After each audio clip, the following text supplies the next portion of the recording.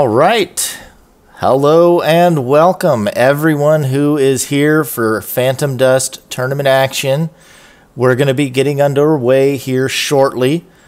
We had a last minute substitution we had to make, and we were going over things with the players, so there's been a slight delay to starting. They should be moving into their rooms now, and we will begin tournament coverage shortly. I'm watching to see once the lobby that we'll be watching starts.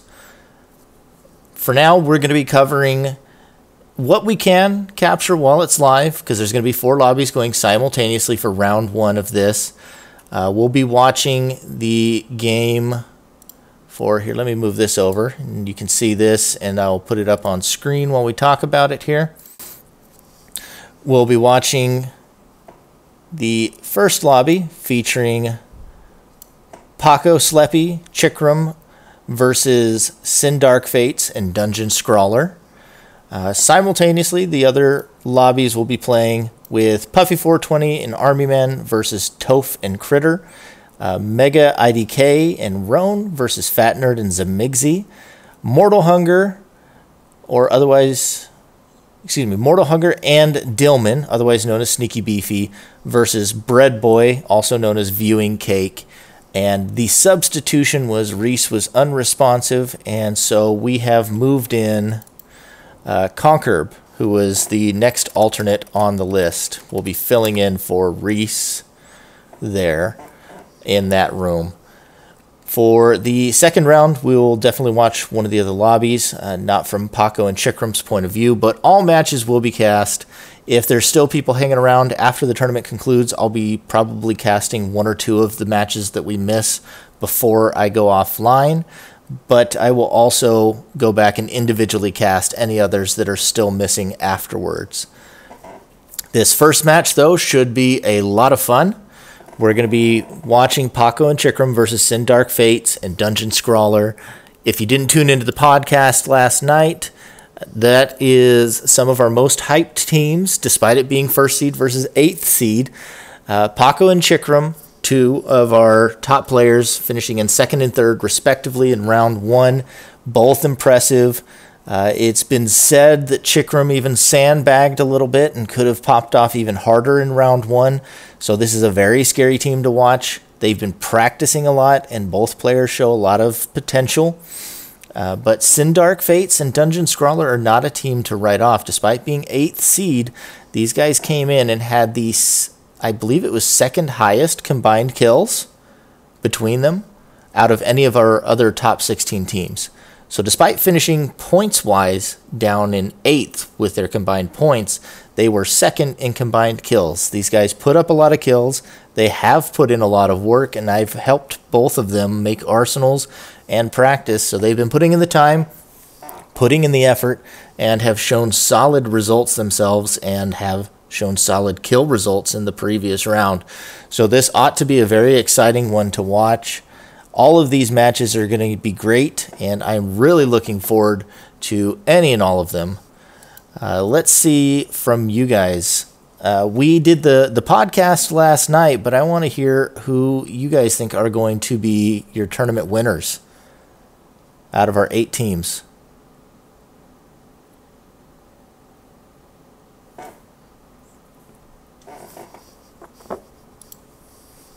I see we got some new people in the chat here. I see Fizna, I see Doharit, Cosmo, Claustrophobic. Oh, okay, Claustrophobic. All right, we got Zamigzi and Fat Nerd. That definitely seemed to be a team that was favored last night for making it into the finals on the lower side of the bracket. Army Man, one-shotting everyone. Quite possible.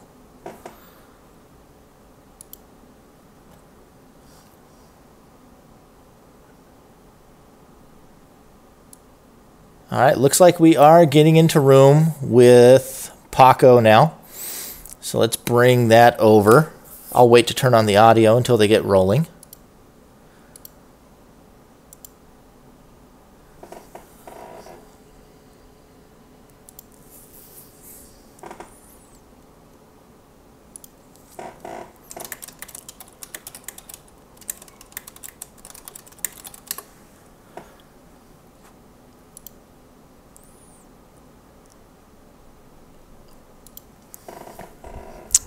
Let's see. I might be getting a co-caster here.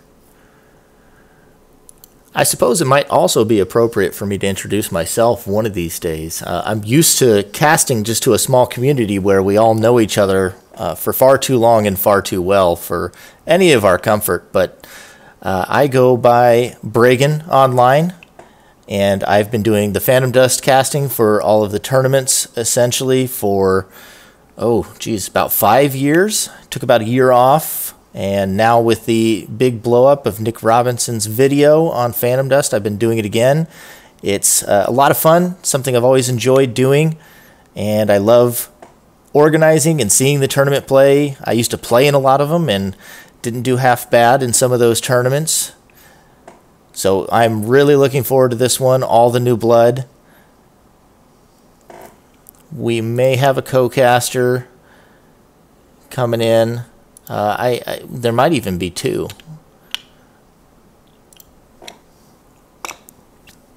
I don't know. Zanxis, I see you there in the chat. Did you get a mic that was working? Were you still interested in that?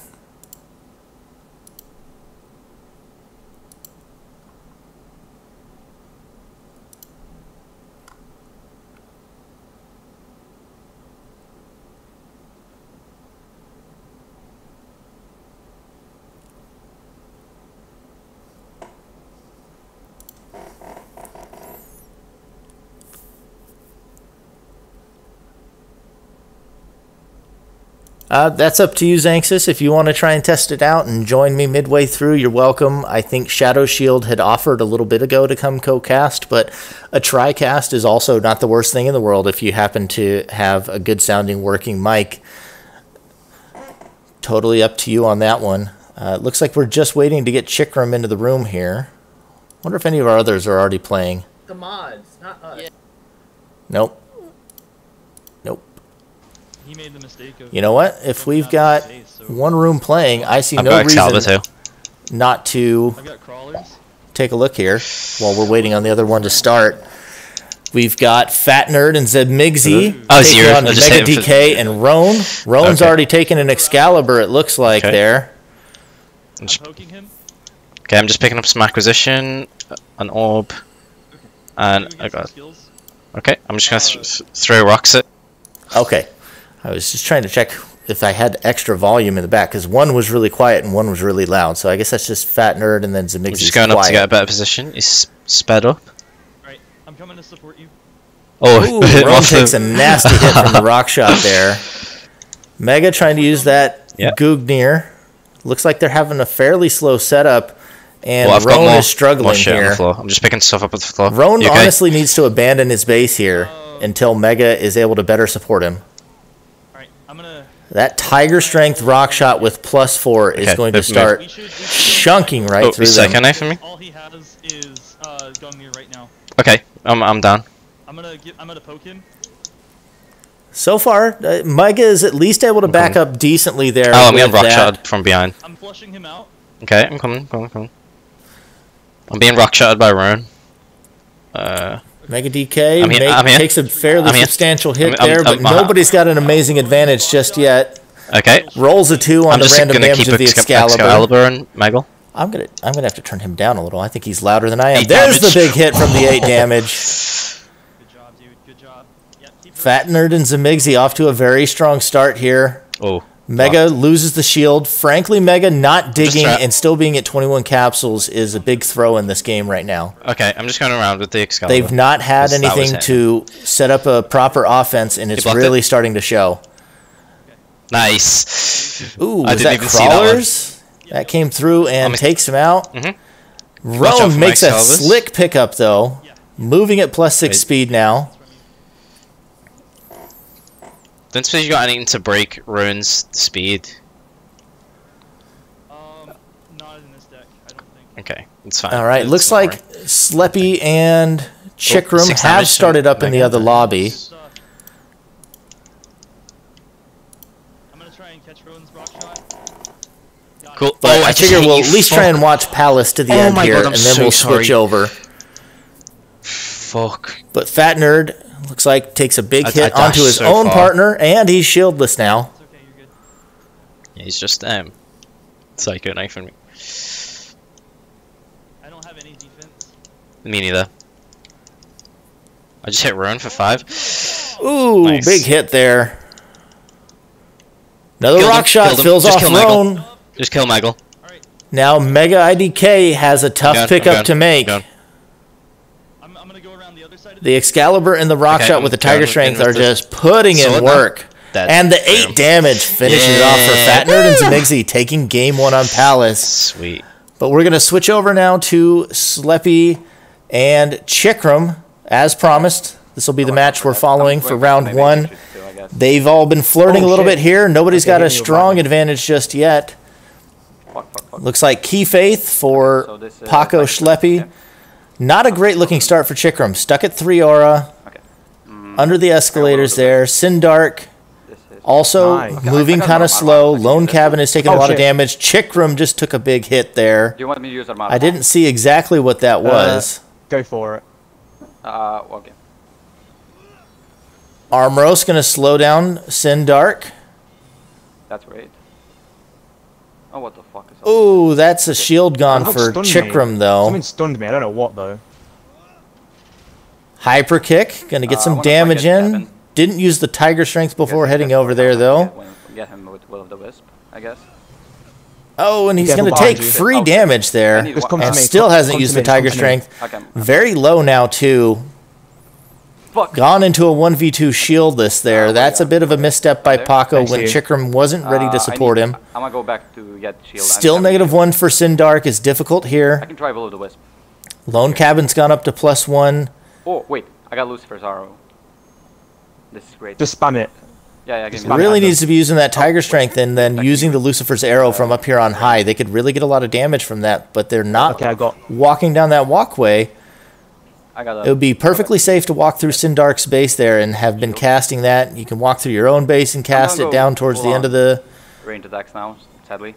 Just like end of the path here. Do I, Could be do I putting a want to lot keep of purify or pressure shall I down get rid of quite safely. They're trying to revive, and they do take Purify. Yeah. one Lucifer's Arrow while doing it, but he's still not using that Tiger shit. Strength. If you're not going to use it, you shouldn't even bring it. And there's Paco going down. Chikram's at 2 health. Needs to make the pickup now, and he goes down. And like I said, Sindark Fates and the Lone Cabin are not to be underestimated. Winning on Which Palace one are you going for? and taking a what do you 1-0 series lead I'm in not this sure, best of honestly. 5. I like Palace. Now, for those who aren't already familiar, these are best of 5 series for the tag team matches. That's always been how we've done tag team series. 5 games. We've done where teams have each banned a map previously, but the current setup is going to be the loser picks the next stage. So Paco and Chikram are going to select Panorama, it would appear, for this like I next remember. map. And then if they are to win here, map pick would go to Sindark and the Lone Cabin. So for now, going to Panorama. Looks like Paco's going to go with a Psycho Burst deck. I'll be back in 1 sec. Chikram likely to be running No, Ricochet no, lasers. I'm here. Okay. We can And start we'll have to see what Sindark and Lone Cabin bring out for this. Here we go, game 2. Decent start for Paco. The Lightning Sword and the Psycho Burst. It's a good way to start setting up to strip shields so you can hit bigger Psycho Bursts later on. Bases aren't perfect, honestly. Quantum Amp out of Chikram is going to start moving people towards bigger Psycho Burst damage and getting Paco where he needs to be to hit it. He's now hit the threshold. That's good. That's a bit of a dead bench at the moment. He could use that Return to Nature to get rid of the +1 off of Lone Cabin if he wanted. This is fine. But with the Opti down, looks like Chikram has possibly Ricochet lasers that he can start throwing, and the Psycho Burst can start coming out. He's going to be hitting for 10 onto Lone Cabin if he can connect. Ooh, I got And he 10. does. He breaks the Psycho Shell and hits the next hit. Almost Oh, he narrowly misses that one. The Lightning Sword is able to connect, but Lone Cabin's got to be real careful here.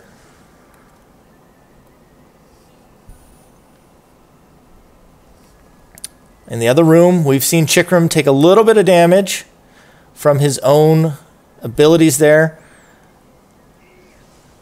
Oh, right into Lone Cabin. Takes the shield. Sindark Fate's taking a lot of damage from the Ricochet, it looks like, as well now. I'm trying to get Fates with my Psycho Burst.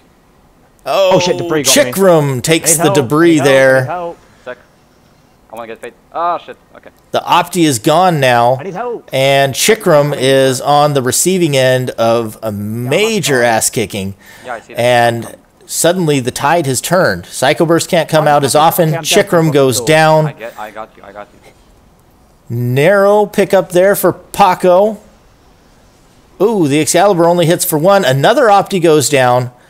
We'll have to see if Paco and Chikram can take advantage of this one and close out the game. The Lone Cabin. Oh, he rolls into that one and he goes down. Now Sindark's got a fairly long pickup to make here. He's got to get through the Psycho Burst.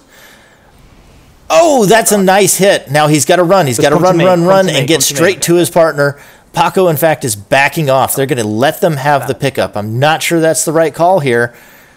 Chikram trying to throw out some of those lasers and see if he can't score a lucky kill, but he doesn't get it. The revive has been made. Do it more. They may be considering doing an execute here. Oh, Chikram takes more trash damage. Trash is janky as fuck. Come back. I'll kill you. You've got to be careful when standing next to those Chikram. there in that main room. Almost never safe to be there. They're trying to go for the execute, but the Lone Cabin is already here. Pick me up. Takes a big hit. They do get the revive. Paco takes one. They pick up their own Opti. The Psycho Burst is gone. Chikram, desperate now to make that pickup at the top of the stairs. Sindark and Lone Cabin on the verge of taking an early 2-0 lead here in the series. Flash Hole stops a reincarnation, but doesn't erase it. Yeah, I think we've lost. Chikram, if he plays it carefully, could score a kill and then trade pickups here. Needs to play very slow. Manages to get away from that Excalibur. Sindark blocking the way, though. Yeah, no, there's literally nothing I can do, Pakov. Oh, there's another 1 damage roll in the Excalibur. That's like the 3rd time, and Chikram goes down to the Photon Burst. Sindark fates and the Lone Cabin taking a commanding 2-0 lead here in the beginning of this series. Last match. It'll be back to Paco and Schleppy, the tournament favorites, by the way, almost unanimously voted to be the tournament winners last night in the podcast, and they are down 2-0 versus 8th seed Sindark Fates and the Lone Cabin. These guys have shown up to play, and they are ready to pull off the upset, and Paco and Schleppy absolutely have to have a huge retaliation to mount a comeback here. The mental edge you begin to lose in series like this when you're rated this highly and then losing against the lowest seed is difficult to describe, but they have to shake it off. They have to find an answer, and they have to mount some serious momentum as they pick lane for game 3. Decent start here for Paco. He's got a ranged attack, melee attack, and heats on bench with enough space and aura that he should be able to clear the heats and get his train moving. First heat done. Looks like he's deciding on whether or not to pop the second one. He does pick it up. He's going to pop it early, grab the fortress. They need to put down that pressure early. If Chikram is ready to fight, they need to go now. Looks like we have Tiger Strength Slide Laser out of Chikram, which is fantastic for the map here. He needs to find the right angles, and Paco's got the hand. He should get in there and start getting in the face of Sindark to keep Chikram safe. I need help. Okay, coming. Moving a little too slow here. Now Lone Cabin's on the trail. Loses his sword immediately. Fortress should be able to take the flame sword so long as he's careful. Good hits with the bullet of fire there. Oh, okay. Gets a free 8 damage. That's great. But Sindark has Come on, I need... caught Chikram and has him unable to do anything other than hide for the moment. Looks like it's actually trance lasers, not Tiger Strength lasers there for Chikram, so he may not have the same longevity that you would get with Tiger Strength Twist and Slide on lane. Okay, we're doing well so far. The Purify takes away the stats. That's pretty rough for Paco here to lose both heats this early. God off. Down to base Bullet of Fire and Psycho Burst. Just don't say anything. I got turbulence. Sindark and Lone Cabin both at +1. Lone Cabin getting real cheeky, and he gets killed for it. Yeah. He may be dead in the lift. He absolutely should not have been there by himself, and Sindark may have a completely impossible pickup in a 1v2 here if he's dead in the lift. I didn't see where the body fell. This is exactly the kind of thing that Paco and Schleppy, I keep wanting to say Paco and Schleppy, Paco, Schleppy, and Chikram needed to get things rolling. Sindark eats another Psycho Burst right there. Spam below the fire. Oh, Shit. it looks like he is dead up top, so that is retrievable at least. Yeah, just let him get the pickup, I guess. There he goes. He's taking a lot of bullet of fire damage. He doesn't need to, but he makes the pickup. The game is still winnable. That's okay. It is not as bad as it could have been there, but Paco and Chikram still have a strong lead. Let me know if you want me to. Chikram is dropping more of those lasers on top of Lone Cabin. They broke that shield, I think. Or maybe not quite, but they are putting a lot of damage and pressure onto him.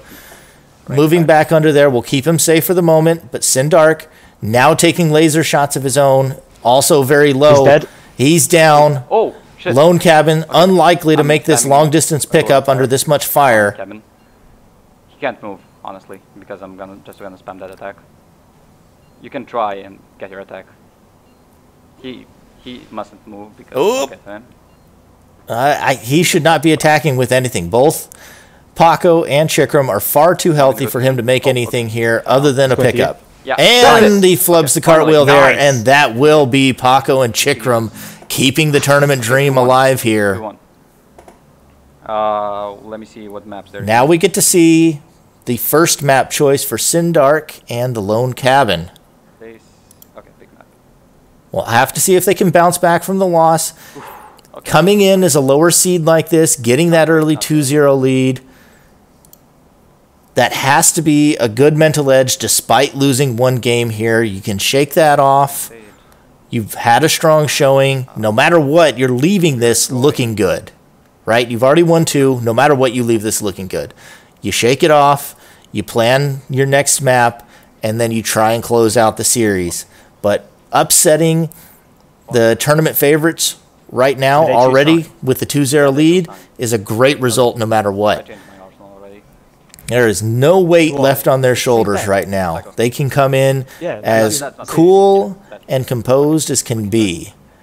There should be nothing left anxiety-wise for them. All of that still rests on Paco and Chikram.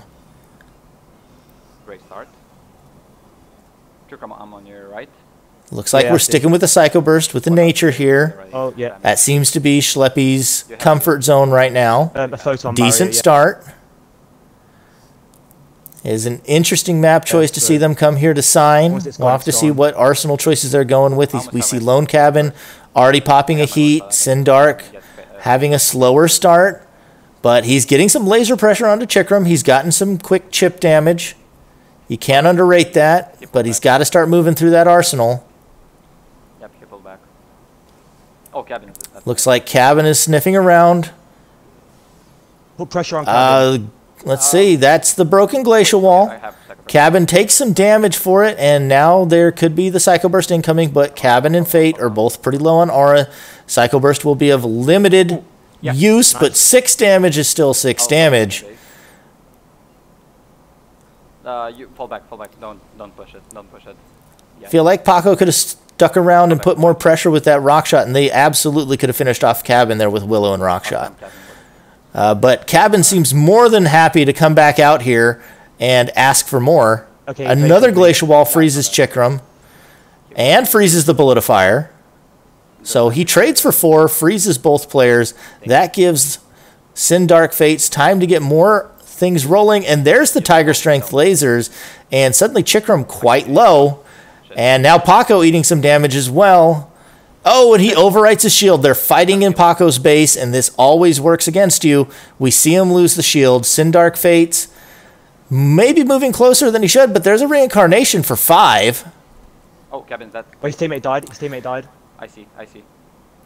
Put pressure on him. They've got to be careful. The pickup should be fairly easy here for Sindark, and then they are both lower. Oh, fuck, they're gonna fuck me up. Uh-oh. Yep.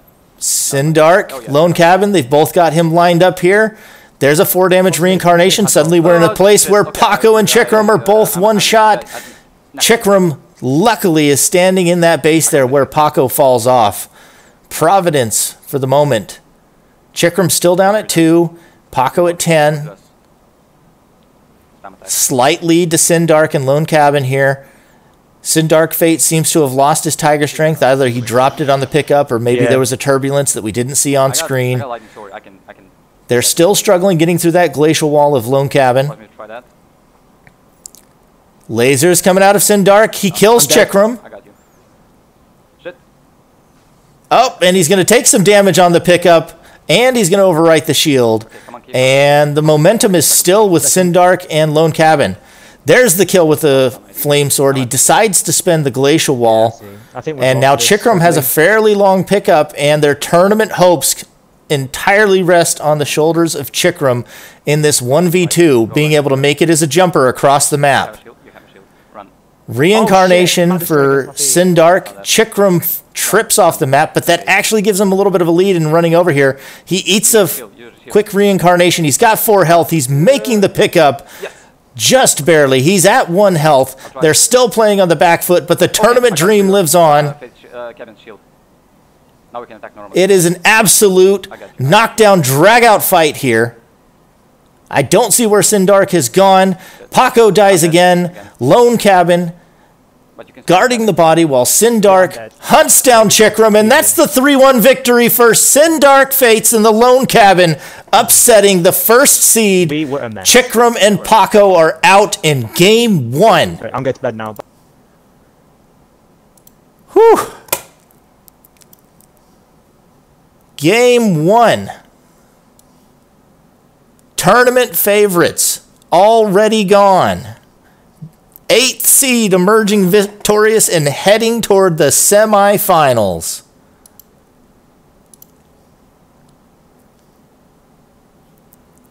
All right. Let me see if we have any of the other teams still playing. Sneaky Beefy's lobby looks like they are chilling in the lobby at the moment. I see Fat Nerd and Zamigzy also chilling in the lobby. Oh, let's see. I never got Toph's stream quite up. I don't know what the score is, but we are on Panorama.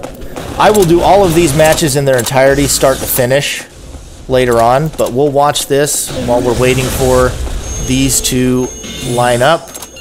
If I have any moderators here in the chat, could somebody tell us if they know what the score is for Toph and Critter versus Armyman Puffy right now? Does anybody know? Ooh, Puffy looks to be running a 0 cost.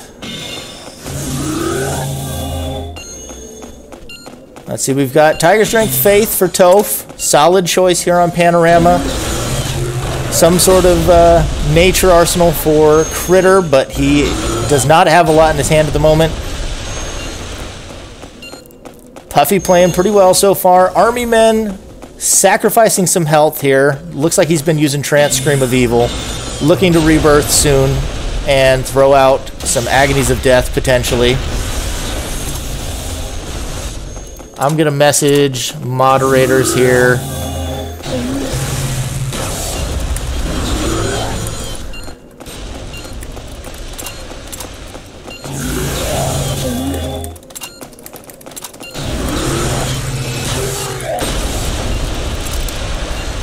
All right, that's a pretty big hit there.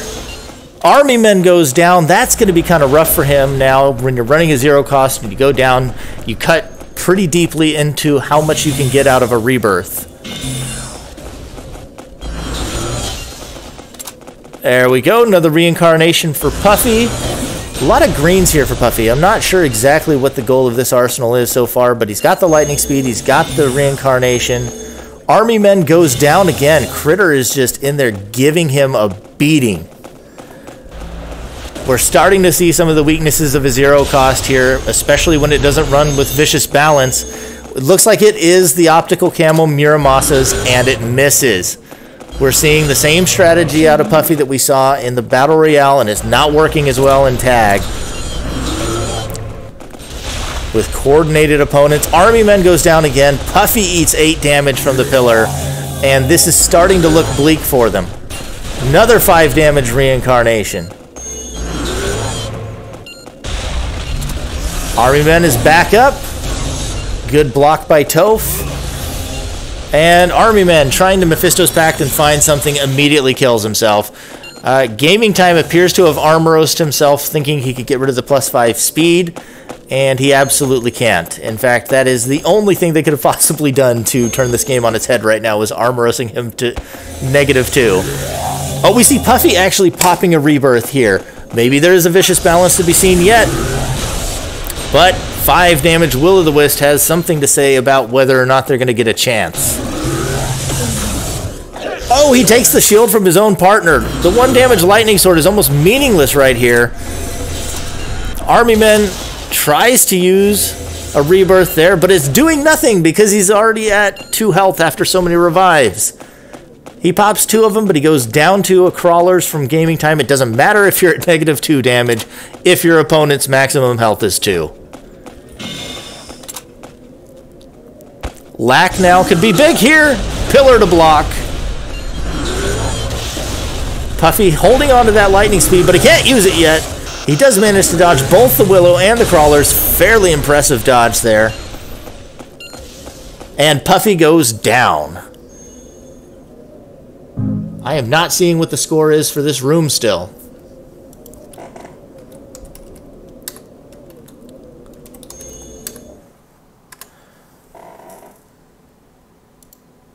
I am guessing that that was the final game and that Toph and Critter have just won the series. Let's see. I don't think anybody else is playing right now. Let's see. Nope, that room has already got somebody popped out. That room has already got somebody popped out. So it seems all of our round 1 matches have concluded for the moment. Oh boy. I guess I'll update it this way for now. Let's see. I can put their names in red for eliminated. And in green for advancing. I'm going to guess Toph and Critter are advancing, since they won that and they appear to be over.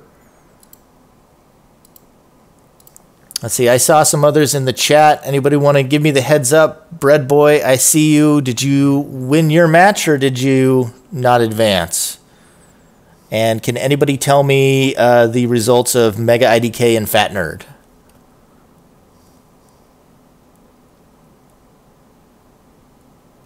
Fat Nerd and Zamigzi won their match. All right.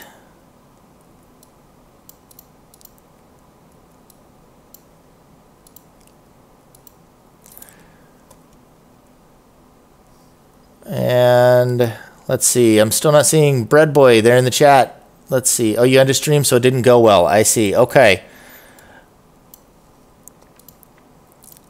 So we've got Sneaky Beefy and Mortal Hunger advancing. And then we'll have our matchups, and we'll talk about that in the moment.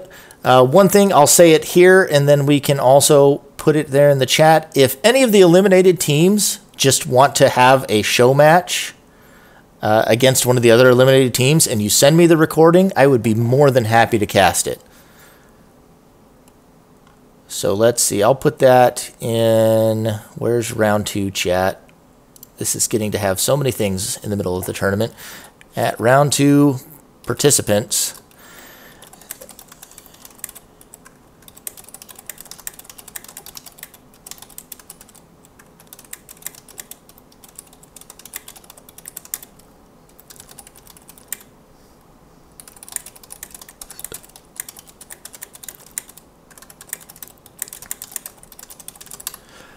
All right, so let's see. Our matchups then for round 2 here.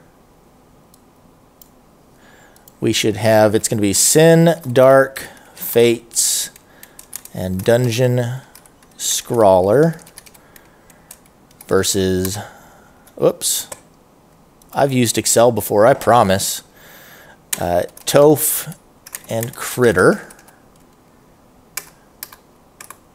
And then we've got Fat Nerd and Zamigzi versus Mortal Hunger and Dillman. Sneaky Beefy. All right. Now let's put word wrap on there because, you know, we're professionals here. That's not it. There it is. All right.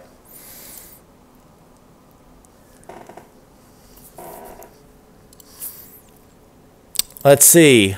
Tell me in the chat, which one are we watching? Are we going to follow the hype train of Dungeon Scrawler and Sindark Fates after upsetting tournament favorites?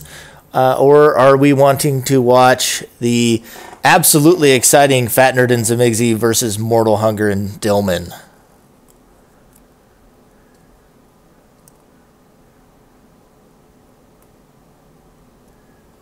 Ooh, I'm seeing a pretty split here. I'm seeing Toph, I'm seeing Fat Nerd, I'm seeing Zemi.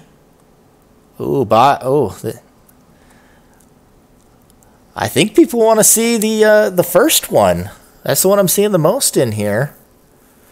I'm seeing Toph, I'm seeing Critter, I'm seeing going with the hype of the upset, but there is some desire to see Zamigzi's room.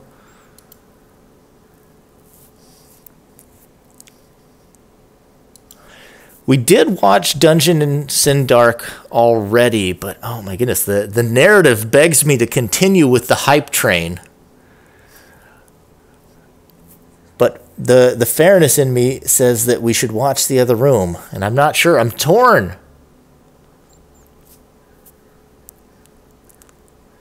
You want me to try and do both streams side by side? It'll be pretty small.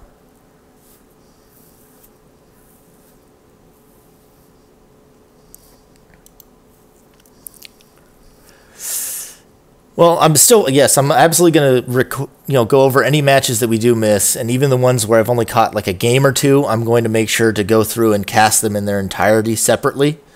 But it's about, following the hype for the stream.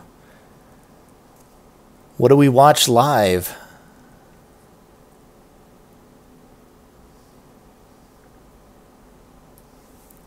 I mean, we could try it and see how well I can make it look.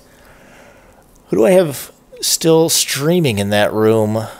Let's see. Sindark, are you streaming or are you just recording?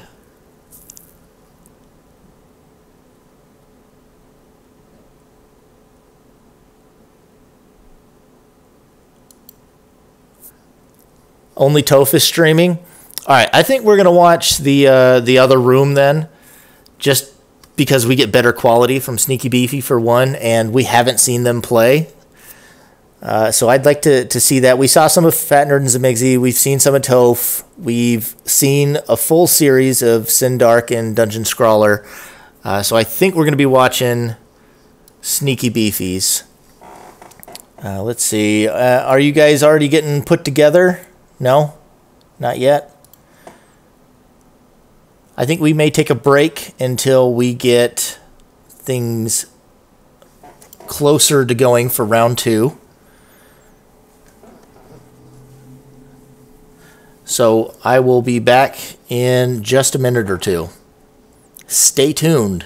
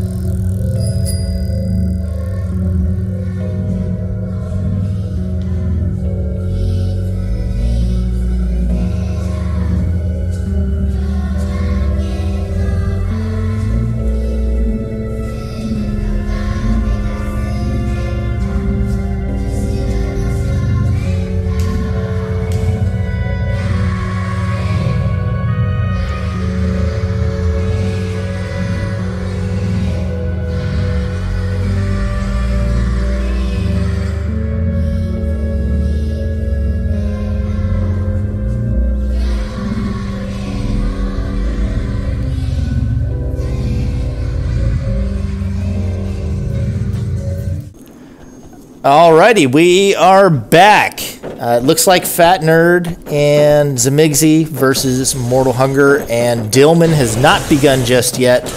So we're going to watch a little bit of Toph. Oh, this appears to be a lag test, but it's better than a blank screen and whatever random song rolled up on the Phantom Dust playlist there. Let's get some chat predictions in here.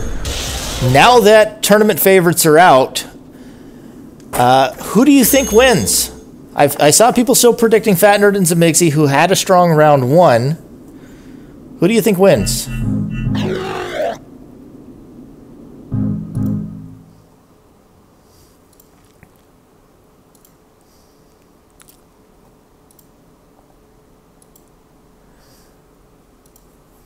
I'll put this up for the moment as well. I updated a little bit. I got the other scores while I was gone.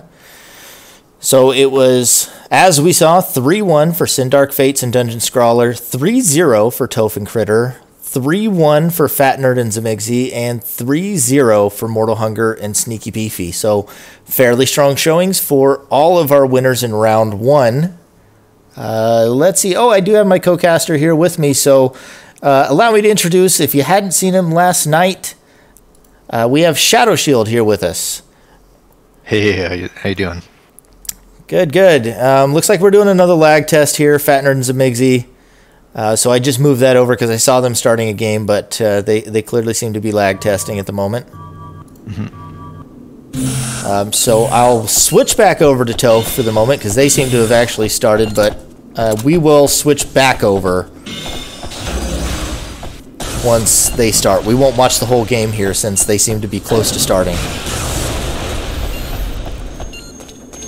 So tell me, Shadow, while we're doing the flirting here on Palace, tell me your thoughts on round one so far. Who we lost, who advanced? I mean, I did call the Mortal Hunger 3-0, so I will say that. But I think everything else so far has definitely surprised me. You know, especially losing Paco and Chikram. I think that surprised everybody. But yeah, it's just getting started, so I'm excited. Oh man, I'm almost more excited for this room, but we already watched some of these players already, so it's only right of us to go on. But trading fairly evenly, but for the most part, Sindark and Lone Cabin have a lead there. But we're going to switch over to Sneaky Beefy and Mortal Hunger versus Fat Nerd and Zamigzy. And Mortal Hunger takes a big early hit here from a rock shot. Oh, dude, that hurts. And there's another one. Fat Nerd absolutely dominating so far with that Tiger Strength rock shot, getting a ton of great damage in. He got good damage out of what we saw the game in round 1, and he's just dominating with it right now. 18 damage in. I'm going for Zmixy. Ooh, Friendship's now out as a Miggsy. That Ice Sword will slow that down. Flame Sword's going to keep up some pressure. See how you like it. What do you do? Ooh, there's another Ice Sword, and Fat Nerd is finally taking some damage back. If you can. Mortal Hunger is managing to get back in the game, but that's a 9 damage Excalibur. He has +3 to his attack, and I don't know why. Now he has +1. Looks like they're struggling with that +3 attack. He's got Tiger Strength and then the Friendship. And that is absolutely deadly right now. The Fortress at least gets rid of the shield. Does not get rid of the rock shot, but the Lightning Sword takes away that Fortress, and Dillman and Mortal Hunger are in a rough spot right now. Fat Nerd takes a hit. Zabigsy's frozen again. This game is absolutely within striking distance. Zamigsy frozen. One shot. Oh, you got him? You got him? There's a kill. Zamigsy needs to make the run. Can they make it? They're giving it away. The Flame Sword was the wrong call there. It was always going to miss on the upside of the escalator. He's jumping down. Yeah, corner him. Oh, shoot. he shielded that. Right. Dillman and Mortal still very low. Rock shot kills either one. They trade. Are you down? But Mortal is down. Yeah. I thought they were both dead. Dillman's got to go right now. Alright, I'm coming for you. Where are you? Ooh. Up on the... Needs to be watching with that glacial wall. Go up Oh, the escalator. there's an Armoros, and he didn't use the Tiger Strength, so he's actually able to freeze him without even losing the shield, which is huge. Fat Nerd goes down, but he is once again right there. Easy pickup. He has a revive left. Oh, wait, I'm still alive. Zamigsy takes another 5. Got Zmixy? I think so. Yeah. Zamigsy is down. Decoy is going to make this more difficult. There's a 6 damage rock shot, and Dillman and Mortal Hunger pull it out. Holy moly, They were fighting on the ledge the whole time, but they pull out game 1. In case one of us forgets. I feel bad for Shadow, tell me some things you noticed in that game that I absolutely missed while being too hyped. It was definitely back and forth. You know, there was a lot of stats going on, and I think people were kind of getting stunned a little bit more than they wanted to. I noticed a couple kills just from like that decoy, and the Friendship got him killed too. But they did manage to pull it out. Gotta say, MVP going to Mortal Hunger, one of the alternates that came in here. Guys got 5 kills. Dillman was putting some great pressure and keeping Zamigsy from being able to pull off the full support role there with that Flame Sword and Ice Sword, but tons of damage coming out of Mortal Hunger there. Absolutely fantastic performance. And it looks like Fat Nerd and Zamigsy have selected Panorama for Game 2. Running my favorite. What do you think we're going to see out of the teams here? You've been helping them out today, I believe, with arsenals and such. A little bit, and I think this might be the arsenal that they ran last round on Panorama, which was a Frightened Dance deck. I'm not sure exactly if that's what they're running again, but it certainly looks like it. You know, I do recall them talking about making a Frightened Dance deck, but the Frostbite there could be huge. Fat Nerd's taking an early beating there, and not very proactively trying to keep himself safe from those ice moves. Mortal Hunger's in there by himself, but it's fairly safe at the moment, especially Fat Nerd is not at 5 aura, doesn't have Dance. Zamigsy doesn't have enough aura to use Frighten yet either. Fat Nerd and Zamigsy in a pretty rough spot, to be honest. Yeah, I mean, that's the thing when you're trying to run a setup heavy, you know, strategy like that. You're very vulnerable to the kind of early pressure that it really seems like Mortal Hunger and Dillman are bringing this round. See me judge that? Once we finish Panorama, remind me to open the stat sheet. There's something I want to see if I'm validating on.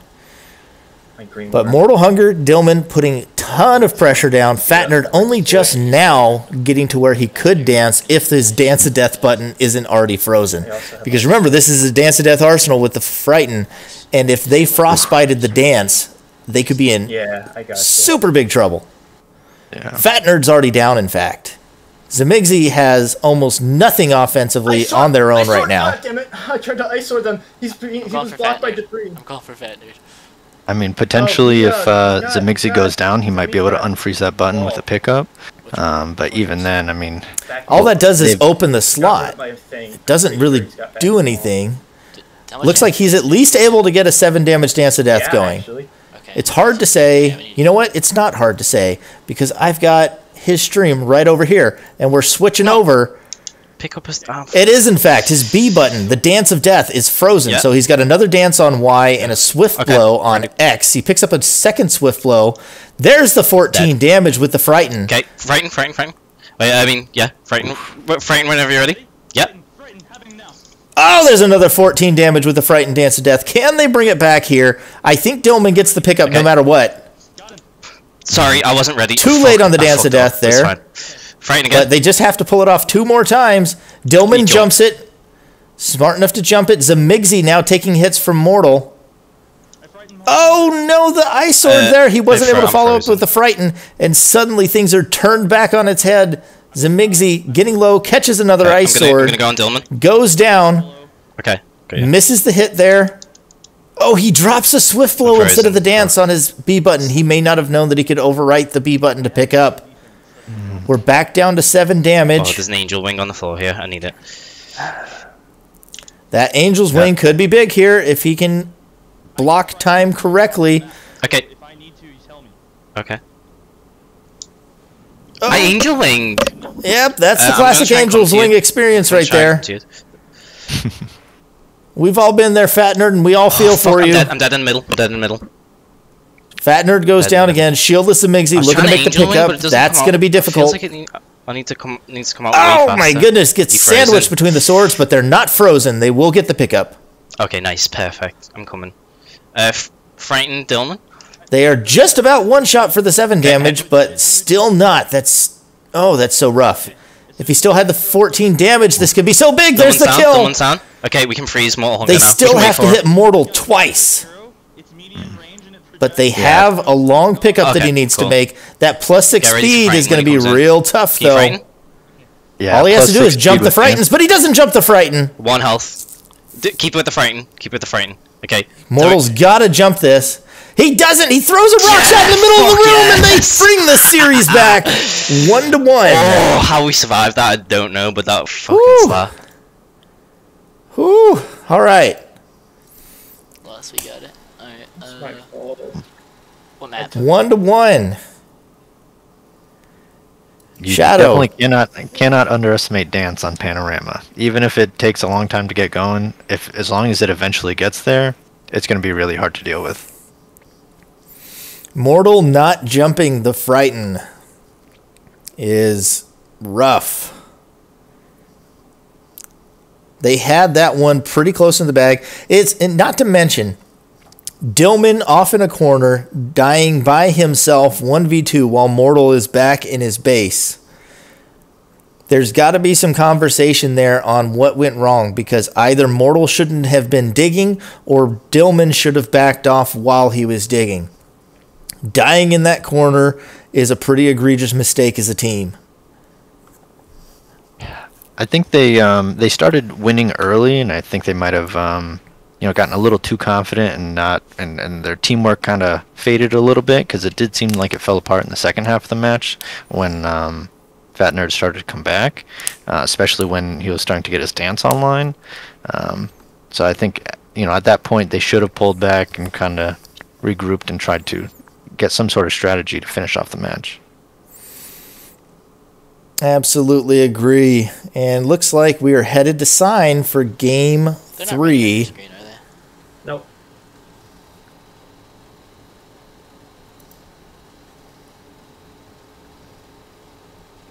What are your predictions here for game 3? I excuse myself from that. I mean, we're playing on sign. Could really kind of go either way. Let's go. I gotta win. I'm gonna say probably Fat Nerd will probably take sign. I gotta win. Win. Alright. Gotta win. I just want to point out quite briefly while they're loading in, the only person to predict the win for Dungeon and Sindark Fates was myself last night. I predicted the upset. I am the greatest Phantom Dust analyst. There is no challenge to my throne. He's powering up. He's got +2 track and plus... Oh, shit. Let's see. We do look like we're seeing the Tiger Strength rock shot out of Fat Nerd, but he's already lost the early rock shot. The Tiger Strength and the +2 on the acquisition is still a great start. There's plenty more in that arsenal to be had. But he's going to have to start digging for it now. Zemigzi off to a bit of a slow start. Bit shield heavy. We see Dillman moving in. I don't think Zemigzi's ready to support, so it is a bit of a 1v1 at the moment. They'll have to be aware of that because it doesn't look like Mortal's moving in yet either. Lightning Sword on the capsules takes the shield. Lightning Sword. But it's now a 1v2, so he's got to be careful. Fat Nerd doesn't have any attacks at the moment, so it's not too dangerous. Because he can erase my range. Oh, he does have a Dazzle, and that's going to be difficult. I think at this point you back off. As soon as it's a true 1v2 where he can dazzle you and Zemigzi has something to hit you with, you need to go. He'll take a Parting Willow for it, but honestly still came out ahead on all of that. I might. Yeah, I'm getting stuff shot at me. Ooh, it's dazzle out of the air. I need help. Oh, no. Oh, no, Mortal... Oh, he does drop from the dazzle. It just looked like he was dropping slow. I'm going to reverse... Armoros watch here could be pretty big. Reverse some of these stats. Fat Nerd is still taking a beating from Mortal Hunger here. They're very healthy, and they're going to get an advantage here by dropping that Armoros watch. Fat Nerd goes down. Nice. Zemigzi's about to get stunned. Zemigzi got Armoros watched. We see the Dark Hole. Ooh, she falls off. He must be ahead of me, actually. He fell off the map to avoid the... Yeah, I've had to refresh a couple times. I keep falling behind. I just refreshed here. Fire Gehenna thrown at a really bad angle, to be honest. Good Ice Sword defense there. Takes away. You just need to focus. That was a great attempt by Zemigzi to try and make the pickup a little bit easier with that Ice Sword, despite the negative stats. Keep doing that. They really need to try and break that fortress. I think it would have been worth a trance there to break the fortress. Mortal's now up to +2. That's not helpful. Overriding for the Scream of Evil and the Will-o'-the-Wisp. Interesting choice. That hurt. Mortal does take a big hit there. They confused me.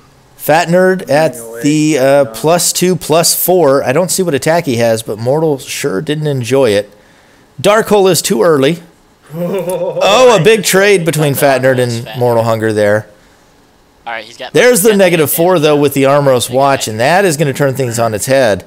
Mortal's got to be careful though because he's about to go down. Zemigzi tickling him down to the last bit. I'm down by one of their orbs. So now pickup time.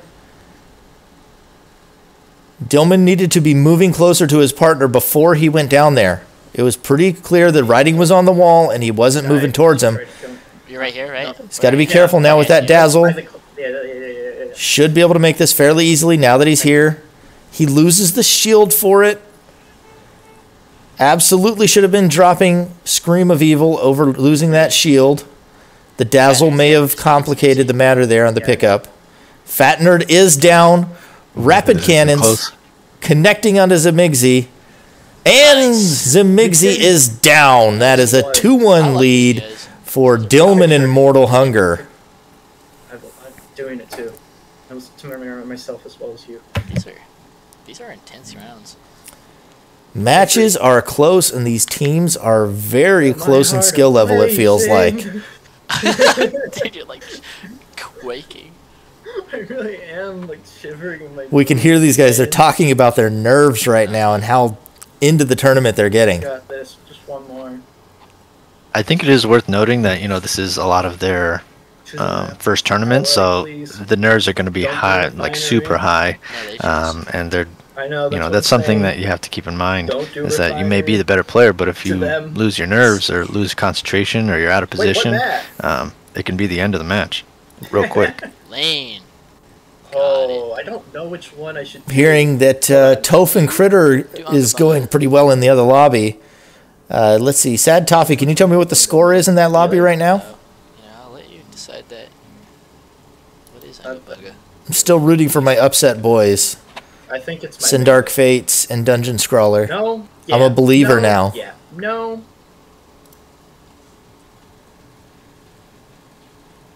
We're gonna... Oh, what? What do you think would be best? I don't know. I'm gonna do melee if that affects you. Alright, looks like we're headed to lane. Any predictions for lane, ShadowShield? I can support you? Right? Do melee. We're gonna I mean, I'm hold gonna have to say, you know, It's okay. I know. probably Mortal Hunger and Dillman. I mean, they definitely seem like they're a little bit more coordinated. I think this Lane is especially is, you know, yeah, it's very important to have good positioning and make sure that you can kind of dodge attacks and things like that. And I think they might have the edge here. But we'll Ooh, we see see how a it goes. bloody ritual start here for Dillman. Very interesting. Early Armoros watch on bench. That should help keep Mortal safe from any swaps. We've been seeing Mortal Hunger really popping a lot of stats and playing the frontman role and just dealing a lot of damage, while Dillman has been more of a silver bullet and support style here. And it's working for him so far. A lot of really annoying... Going to be looking to see if he can strip some shields. Too many S words in a row there. Zamigzi already takes a big hit, though. That's 8 damage. Yeah. Fat Nerd dashing around here. But I did deal 5 Dillman damage. not showing his hand. Isn't that nice? Super composed so far. Doesn't quite connect with the lightning sword. Like dealing with it. Looks like they're just going to double up on Zamigzi, which might be the right call, especially if Fat Nerd's not ready to fight. Oh, he catches the point blank there with the bloody ritual, and then the ice sword. That's going to be massive. That's going to set Zamigzi back so hard on moving through their arsenal. They do have 2 aura on bench, but they're going to have to leave. Oh, he gets the hit onto Fat Nerd as well. That's 5 aura gone. Dillman's taking a fair bit of damage, but he has hit 2 bloody rituals. I'll let you. Yeah, I'm going after Zamigzi. Shield gone for Jumping Zamigzi. away from my lightning sword. It's really annoying. Yeah, he's a real good Psycho Knife now for Zamigzi. Trades back some damage, so the damage is pretty even. You just have to factor in what's been done with that bloody ritual. The healing water now brings things a little bit more in favor of Mortal Hunger and Dillman. Scared me, man. Looks like Dillman's wanting to take a pass through his base. Fat Nerd is still playing pretty aggressive there versus Mortal Hunger, who has popped every stat in the book at this point. Plus 2 damage, plus 6 speed. Fat Nerd and Zamigzi need to have an answer for these stats. They're getting run over by them game after game. So we take out Zamigzi first. We got 6 HP. I think it is good that Fat Nerd and Zamigzi still have a good amount of low aura cost, you know, attacks and defenses, like with the dash and the hyper kick. So I don't know how out of the game they are from the bloody ritual alone. But I do think, yeah, they need to have an answer for the +6, because that could be very powerful. He picked up and dropped the Armoros watch. That could be real risky unless Mortal's got a return to nature sitting on the bench. Things could absolutely turn on their heads. There's 5 damage onto Zamigzi. Yeah, I think he just tried to do that on me. I think that's Frighten again. For doing it, which is like Freeze. Zamigzi is running Frighten. Frighten, and then I'm trying to wait for one of them to fall. Oh, Zamigzi is down in the box, but Fat Nerd's got the pickup nice and quick. Loses his shield to do it, but a great dash there. Avoids the damage. Zamigzi taking another big hit from Mortal. Fat Nerd trying to get in position. They've got to get the pressure off of Zamigzi if they want to run this Frighten combo. I almost just probably died. Oh, that's a big hit with the aura backflow. Fat Nerd taking a hit with the ice sword is going to slow him down. Zamigzi's down again. Still frozen. Going to be looking to make the pickup. Can't shield, can't dash. Ice comes over just in time. He's able to make the pickup, but he does take 5 damage. Zamigzi eats another Will-o'-the-Wisp, and they just cannot seem to keep the Frighten half of this arsenal alive. Is that not his name? No, it is. Flash Hole at least takes the Willow, but Zamigzi's already down again. Got it. Mortal Hunger finishes them off. Nice. Sword. And another big sword out of Mortal Hunger.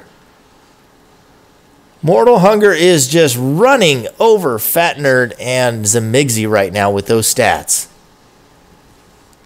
They have shown no answer to that. Nerd's down. Nerd is down. Zamigzy has died several times, so the chances of this pickup are pretty low. Mortal Hunger's waiting at the bottom, and that's going to be a Flame Sword.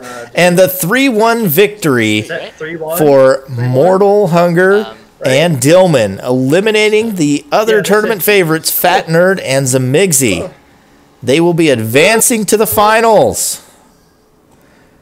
We should be having a 3rd and 4th place match, though. So you should see Fat Nerd and Zamigzy. They will be playing the loser of this match. I'm not sure if they're done yet. Looks like Toph is still going. Yep, I'm going to pop in there. Sindark Fates and Lone Cabin seem to be in control here on Sign. Sindark Fates just picking up a new attack. Critter with a long pickup to make.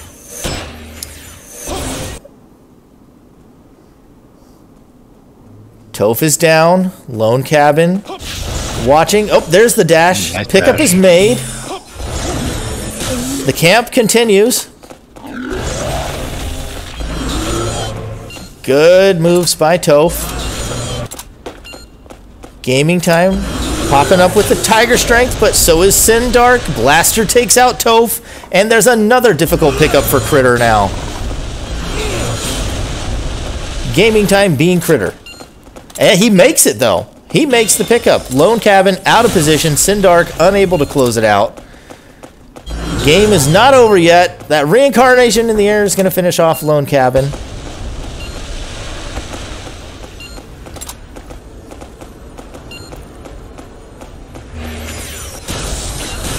Can you take over the cast for a moment, Shadow? Sure. Alright, so it looks like Critter goes down to a Rogue Blaster, so now it's a 1v1. Oop, takes the Blaster. Oh, he almost fell off there. Oh, and he cleans it up with the sword. So it looks like Toph and Critter do take that game. I'm not sure what the score is at this point, if that was the last match or not. But definitely looked like they were in some trouble there, but managed to turn it around.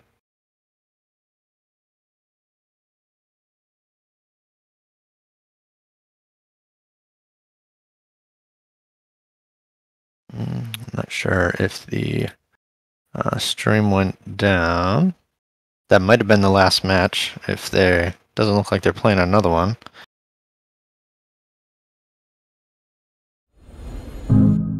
Oh. Alright, maybe they might have just been taking a screenshot. Let's see. We'll have to see what the next map chosen is from Sindark Fate. Oh, looks like this map is going to be City. A lot of trash on that map. I have returned. Do we know what the score is? I don't offhand. All I know is Toph did win Sign, and it looks like we're moving to City. Oh, they won. I would have thought it was Sindark and them would have closed out. It was pretty close, but it ended up being a 1v1 between Toph and Sin, I believe, and a quick flame sword closed it out. All right, looks like Sad Toffee in the chat says we're 2-2. That would have been my guess, considering the last one ended at 3-1, so average game time with them playing right there should have been 4 games. So this is game 5. Next win advances to the finals. Can the Cinderella story of Dungeon Scrawler and Sindark Fates continue? Will we see 8th seed in the finals after the upset versus Paco Schleppy and Chikram? Or are we going to see Toph, the lovable scamp of our Discord, and his partner Critter advancing to the finals? Let's see it in the chat. Who's your vote? Who's advancing?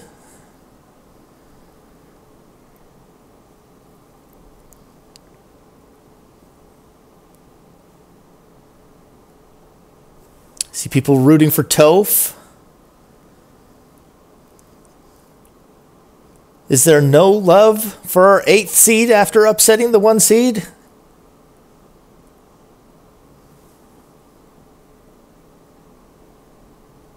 No, everybody wants to see Toph win. There we are. There we've got a Sindark Fates.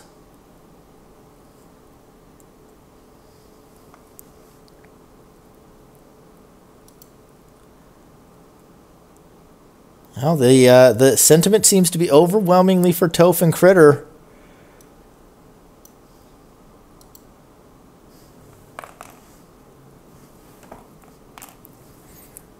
But I am a believer, ShadowShield. I have been converted. I was previously a Mega IDK stan, but they were already out in round 1, and I've got no loyalty. So I'm back. I'm here. I'm a believer. I've got a new t-shirt on, and it says Sindark Fates and Lone Cabin are winning this tournament. Simpsons.gif. Into the bush and emerging. Once again, a Lone Cabin Sindark Fates stan. Give me your prediction, Shadow. Who's winning Game 5 on City? Don't look at the spawns. I'll say Sindark Fate. Oh my goodness, they've got double up high spawn too. Ooh. Yeah, that's gonna be rough. It's a slow start for Critter, and he's under laser fire on the island while his partner is in the pit. Trash damage and Will-o'-the-Wisps are flying, and we're only, what, 20-30 seconds in, and this is already looking bad. Yeah. Spawns can do a lot for this map, and they definitely need to get whatever strategy they are looking to do. It looks like Vibration. He's pretty close already, honestly. In 40 seconds, he's going to be online. Toph is playing it about as well as he can. And that dash is going to be nice. You know, he does have plenty of space down there to try to get away from these willows. Oh. Gaming Time has managed to avoid a lot of that damage. Staying fairly healthy despite under constant laser fire. Lone Cabin's got the trance and the heat on the Will-o'-the-Wisp. That's going to be dangerous. Bravery now hit for Gaming Time. He's getting to where he needs to be. 8 capsules remain. He'll be able to pick up possibly a shield here, but he does take some slide lasers now. But they have survived the early onslaught, and they might just be able to recover. Gaming Time's now online. No shield, though. They're going to have to cross the map. If they try to fight cross map like this, they're going to lose. Sindark and the Lone Cabin have much better spawns and have cover up there where they're going to be stuck up here. Yeah, Toph just lost his shield too. That's still has the dash, still fairly safe. Lone Cabin is up to +4 damage, by the way. Will-o'-Wisp is going to be massive. There's the reincarnation as well. He better keep rolling. Lone Cabin goes down to the cluster bomb, though. Sindark's got to make the pickup. Right on top of him. Misses the Dark Hole onto that Vibration Blaster. There's the Tiger Strength now for Toph. This was Lone Cabin and Dark Fate's game to lose, and they are on the verge of falling backwards here. Fairly even footing for everyone. The health is lower for Sindark and Lone Cabin, but they still have the advantage of the up-high spawns. Dash is putting in so much work for Toph, though. I think they got a little overconfident. Oh, Sindark goes down to the cluster bomb. Lone Cabin's got to make the pickup now. It's fairly safe walking through the back there. He's got to avoid the cluster bomb and the laser. No, the cluster bomb finishes out, and that's Toph and Critter into the finals. New t-shirt time.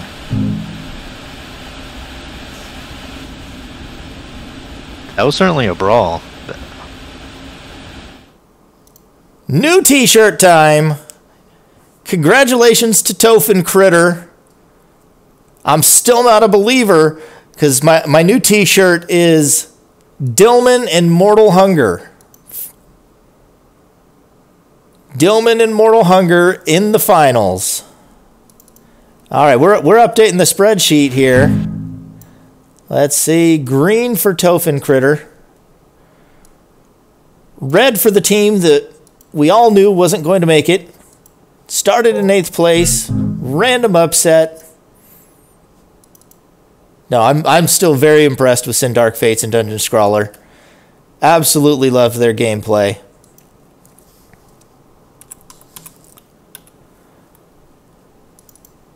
Let's see. Fat Nerd and Zamigzy also eliminated. They'll be in the 3rd and 4th place match versus Sindark Fates and Dungeon Scrawler. We will, of course, be watching the finals lobby, though, but we will get a cast of that later. We might just do that one directly afterwards, if we can, before we end the stream. And maybe we'll go back and we'll see if there's a vote for one of the matches we didn't catch, and we'll cast the 3rd and 4th place match and another match that we didn't see, like maybe round 1, Fat Nerd and Zamigzy versus DK and Roan, or the one we saw none of, Bread Boy and Conquer versus Mortal Hunger and Sneaky Beefy. Let's see, they are red. They are green. Well, messed it up.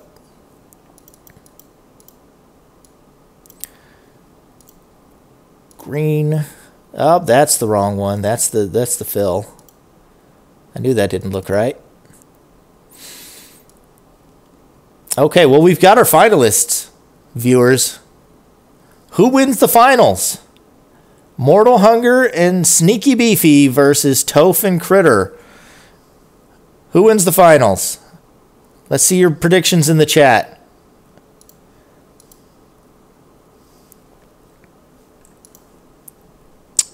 I clearly cannot update this spreadsheet right now. Just incapable.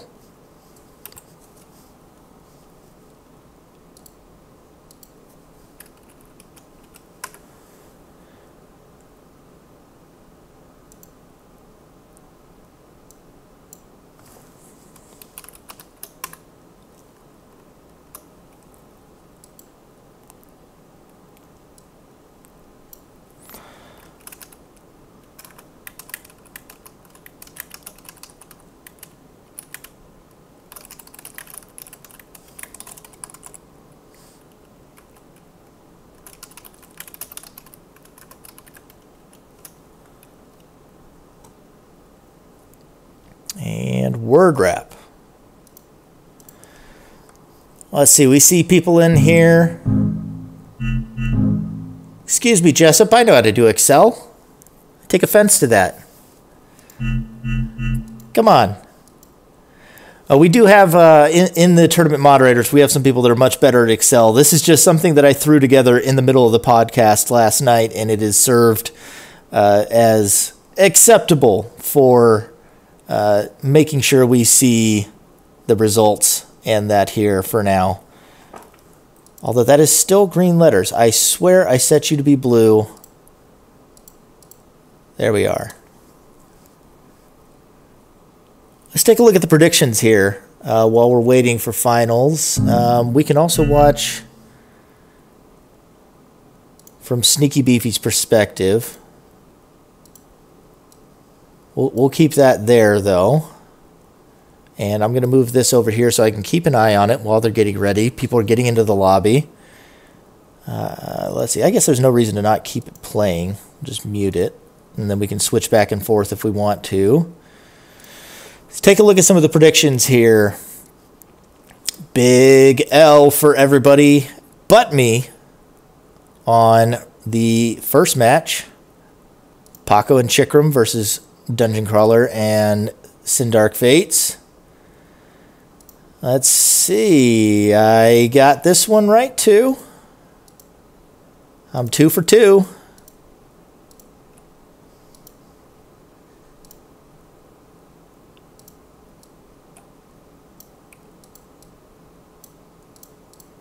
I can't seem to select the same color red. Or maybe it was the same color red. It just looked funny there. Need to put borders on these too. It's ugly. Let's see. Okay. Oh, well, I was the only one to predict this one wrong, so I'm 2 for 3.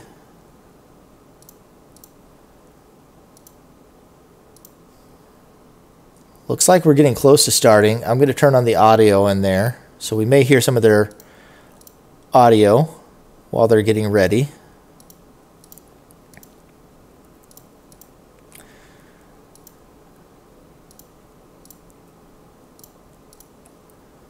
So far, look at all the predictions. I'm about the only one with any meaningful amount of green right now. L's 2 for 2. I'm 3 for 1. We didn't make predictions on, obviously, the semifinals, but let's see. They predicted, almost everybody predicted these finals. These are all very wrong. Most of them eliminated in round 1. And would you look at this right here? Anybody who wants to criticize anything about me, look at the finals I predicted. Do you see that, Shadow? Do you see the finals I predicted? Sorry, I don't see it. You'll have to show you me. don't see it? You don't see it? No, I don't, oh my I don't see goodness. I will screenshot it for you and send it to you. I want you to eat up just how wrong you are about everything forever. I'm putting it in the chat for this voice channel. All right, we'll get to more of that in a minute. Oh, I don't know if this is a lag test or if they're starting. I'm assuming lag test, but yeah, Toph is sitting on there holding on to Zamora. We see them doing some silly stuff. Okay, so we can... both sides of the bridge. It's lag time. Yeah, it seemed it's... yeah, we'll move it over there while I continue to look. Do you see the screenshot there in the Tourney Mods chat? This is how you do a lag test. I do, yeah. How? How do I put a star next to my name here? Bregan with all the gold stars. All the gold stars. It's a lag test. Wait, why did he die? Oh, did he just return to lobby?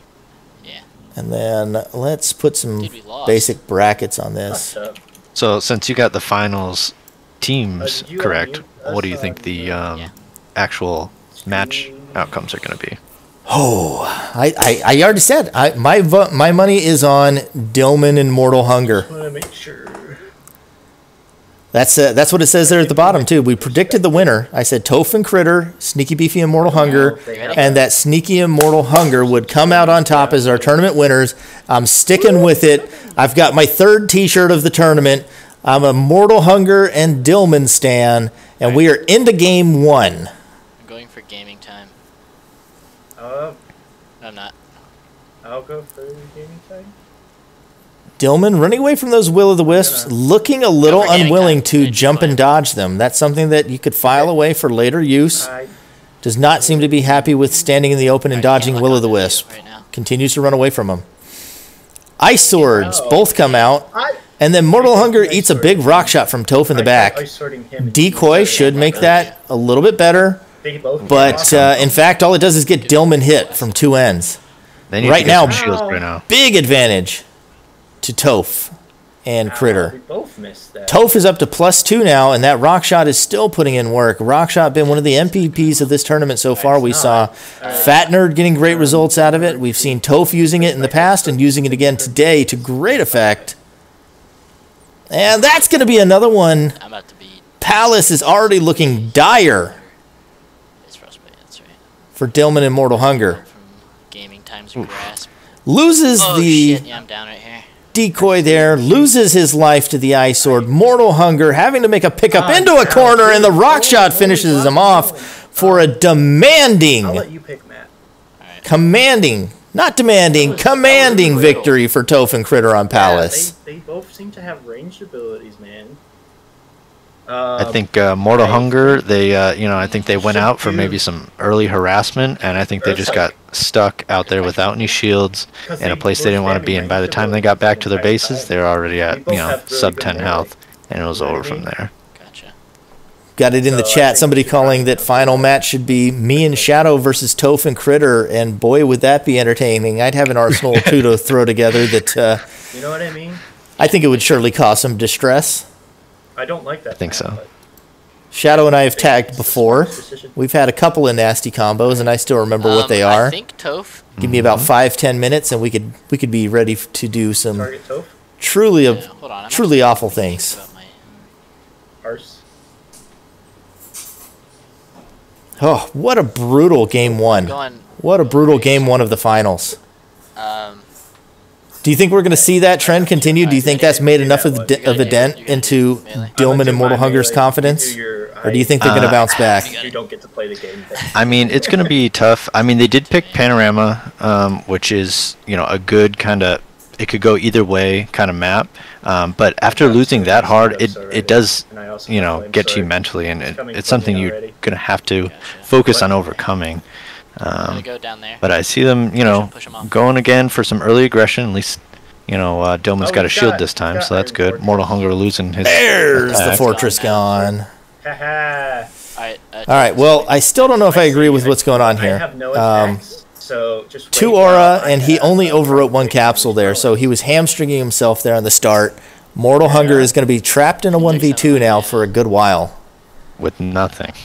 But, well, I mean, it's +4, so I guess that's nice. But Scream of Evil's not much here, but Toph has also gone back to base. Dillman is still slow moving through his arsenal. He does at least make 1 overwrite there, which is the right call. Scream of Evil's another easy overwrite once he gets some stuff. Mortal Hunger's given a good beating to Gaming Time. I could have probably got. they need to be careful not to make the same mistake. And although, yeah, it does look like Gaming Time's taking some damage. Can't exactly see what it is, but They You froze frozen? me. Alright. Froze me. Yeah, I'm Mortal running probably with another sword, I'm guessing. Just gonna stay by my orbs. We've got- Okay, I'm frozen. Oh, there it is. Now he's got the caps Ow, on. I- Mortal Hunger takes a big Run hit. Run towards me if you can. I fell. Dillman out there flirting, doesn't do anything to actually support his partner, and then also slows down his own draw here. Ow! yeah. Oh, I ran into one of them. And Mortal's already down. At least it's close. How do you- 20 But, oh, that's a nasty hit. Double Making lightning up for strike. my previous criticisms, he has a beautiful pickup and strips 2 shields with 1 That was a hit. nasty Rian, too. Finally have. Alright, I can finally. All right. Momentum Anybody's has team. absolutely swung back. He's dead. down. Toph should make this pickup, but he's probably going to eat damage doing it. Let's see the Rian and try and catch him with another sword. Get the Get kill. away, Rian. Oh, he got Good the timing. Going after gaming time. early block out of the Iron Skin, which allowed him to bait the shield. Takes another shield from Gaming Time. Mortal finishes off Toph 1v1. And this is looking like Game 2 going to 1-1. Hit him. I'm gonna go over to Toph's body, so he can't pick him up. Mortal looking to get the 1v1 kill here. Whoa! Oh, that Oh cartwheel my was God. legendary. Jitsu Kaisen. What the heck? There, they I'm dead. trade I don't know how he kills. killed me, if I'm being honest. Toph is close, so he makes the pickup again. Okay, I see that. Or a backflow. He could easily erase that with the Fortress of Iron, which would be a good call here. Trying to focus on breaking that Iron Skin with the reincarnation is big as well. Toph has no If he can lives. break that, that allows Mortal Hunger to be safe with the Flame Sword. Mortal Hunger takes out Critter. Somehow. Toph has a dash and 2 shields. Absolutely should be able to make this pickup, but he does eat the 5 damage Flame Sword on the way. Up here, at the top, at the top. Okay. Alright. Rock Shot finishes off that Toph, but rock he makes the shot. pickup.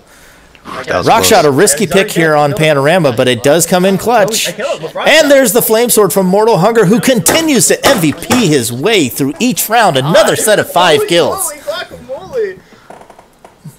Nobody has answered his hard stats, and he is continuing to just run train over people. Yeah. Every time he gets his stats set up, he is just dropping kill numbers like crazy. Dude, that was brutal. I wish we were tracking kill stats like we did in the last one. I would love to see how many kills that Mortal Hunger has so far compared to the other players in the finals. I feel, I feel good about that though. yeah. Momentum swing. Toph and Critter did have a more commanding win in Game 1, but honestly, it just felt like the start ran away with it. The Rock Shot's got a couple of lucky hits when they're looking the wrong way. It feels like the momentum has swung back around now for Dillman and Mortal Hunger. If they do, I'm gonna switch to my. What map do you think Toph and Critter are going to pick for Game 3? Yeah, I'm switching to. Well, my, I mean, they've certainly been doing some good damage with that rock shot, so I wouldn't be surprised if they went to a place that they could really take advantage of that. It does look like they're going to go to highway, so maybe we'll see some more long range or medium range attacks. and then the next one. Yeah, I would have thought that Toph would have gone for a lane myself, but highway is the Yeah. choice. Alright. And I sure hope they bring something other than the rock shot deck there. I'm not a big fan of rock shot on highway. Somebody is absolutely going to clip me saying that and replay it at me every time I talk about rock shot, I'm sure. But Dillman is also basically sticking with the same arsenal. We saw him run this in the Battle Royale tournament too. It seems to be his comfort zone. But frankly, there's several improvements that could be made to this deck. The Scream of Evil doesn't fit that well, and some of the shields are a little wonky. But he's been seeing good results, setting up Mortal Hunger with it, and playing a bit more of a reserved role. And it looks like Mortal Hunger is doing the same thing. Healthy are a start, and he's just going to pop every stat in the book. And we'll have to see if Game Time and Toph have an answer for that. There's a Willow onto Critter. Toph is up on Tiger Strength already. Could be Tiger Strength Faith. Could be Tiger Strength Lasers. It's hard to say. Critter takes some more damage. Throws a Dazzle there to try and create a little space for him. Mortal Hunger is following Toph and takes a big hit from Toph. Aura Backflow for 8. There we go. Trades back fairly similar damage between the debris and the Flame Sword. Guard so far out of Toph. Another 4 damage from the Flame Sword. Dazzle Railgun is going to send Dillman tumbling to the ground. He has an Armoros Watch if Mortal Hunger gets much higher. Mortal Hunger's taken quite a bit of damage up there now in a 1v2 as well. Probably should have backed off a little bit once Dillman went tumbling down. But now Dillman is running back into the 1v2 while Mortal Hunger is gone. And there's the Dazzle. And there's the Railgun. Doesn't tumble this time, but he is extremely low, and he's got to get out of dodge and get towards his partner. Should not be here. Critical mistake. And there's another one. The Dazzle and the Aura Backflow are going to be tough here. Mortal eats the Railgun while trying to get some damage down, and that's going to be Game 3 going to Critter and Toph. Taking a lead, putting themselves on match point for the finals now. Critter and Toph are on the cusp of tournament victory. Yeah, I think they ran into that same problem where, you know, they were trying to get some early pressure out, but just kind of got stuck into a fight they didn't want and didn't have enough time to get some better skills. I mean, he kept that Scream of Evil until the end, and I don't think he threw it once, although I wouldn't recommend him using it to begin with. But both players took a lot of damage in a 1v2 as well. Yeah, positioning definitely had some issues. Looks like they're discussing between Lane and Sign. They've gone for Sign for Game 4.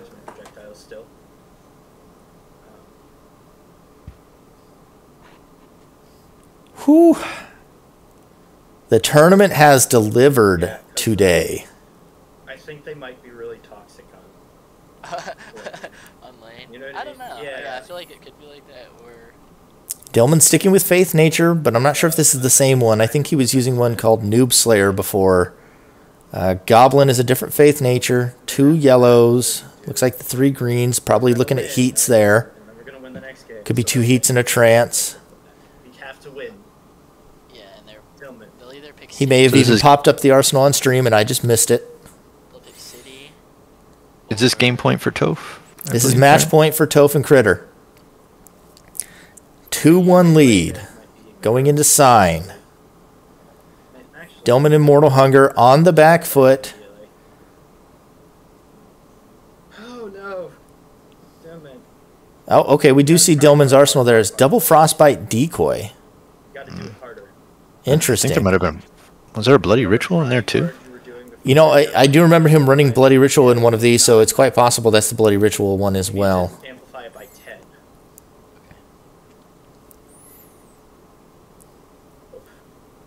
Ready. Ready. Here we go. Game 4. Kill. Healthy start. Decoy. Bloody Ritual. Couple of attacks on the board. Should be able to mostly clear his bench and keep his arsenal moving. Everybody's got a fairly healthy start. In fact, he's going to pick up the Lightning Sword. I'm going to guess he wants to try and get an early cheeky shield and then drop the sword and continue moving. Oh, a little too late on that one. Ice Sword. Looks like it was a mile away, but still hits. Maybe they've been paying attention. He doesn't seem to dodge Willows. He does get a good shield take there with that Lightning Sword. Actually overwrites the Bloody Ritual. Yeah, I think that's the right call.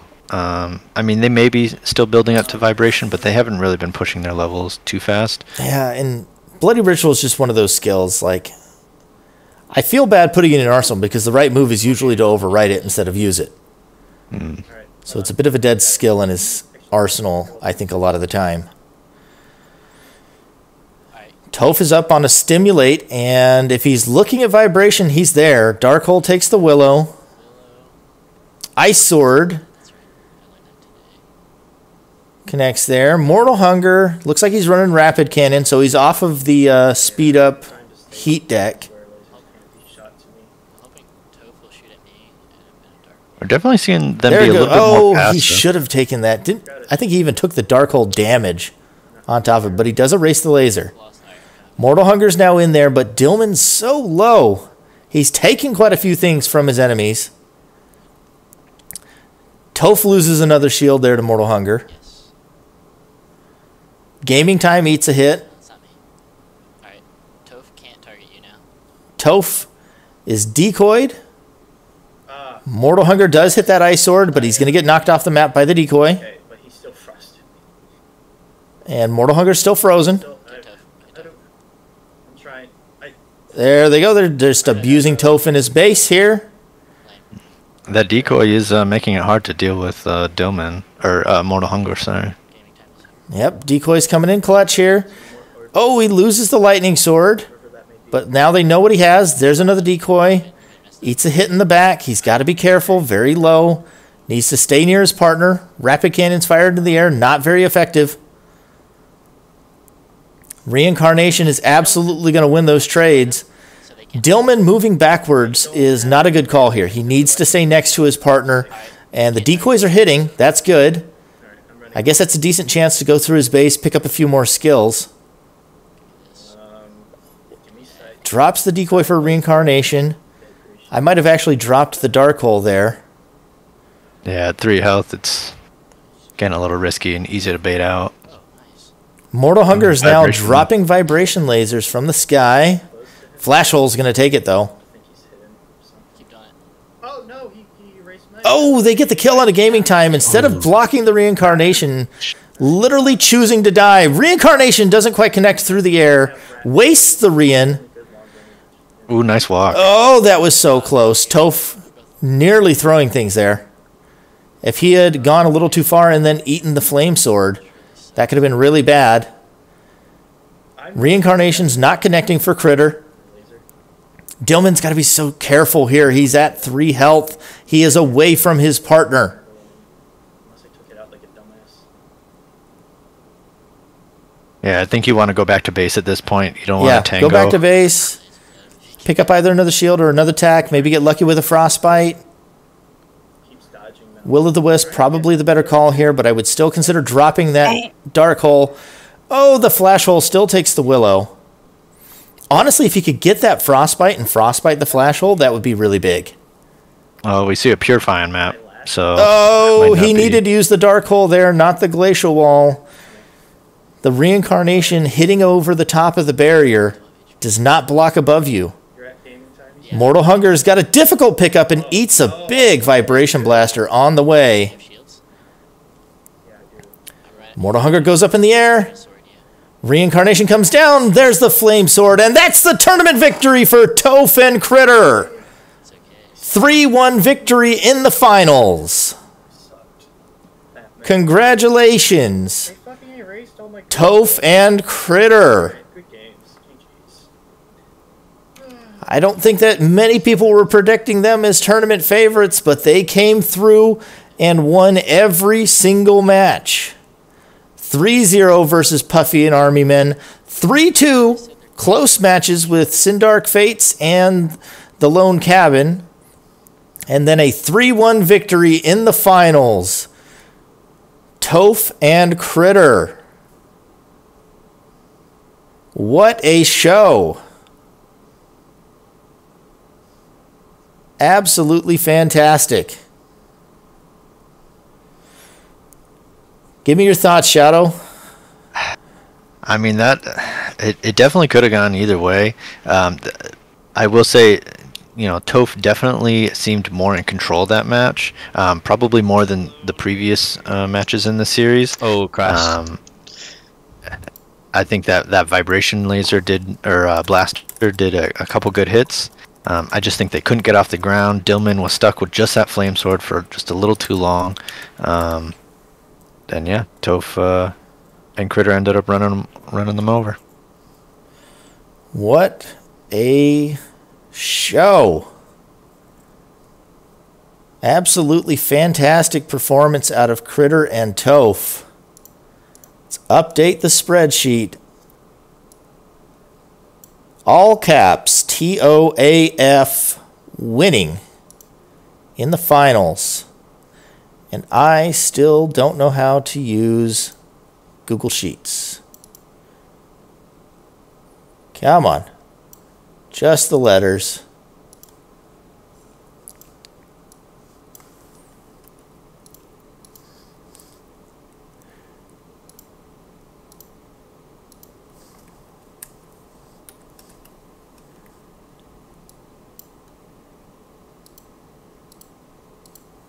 Let's see. Did our third and fourth place match play? That I am not sure. Seeing Fat Nerd says that they didn't play. Oh, apparently there was connection issues.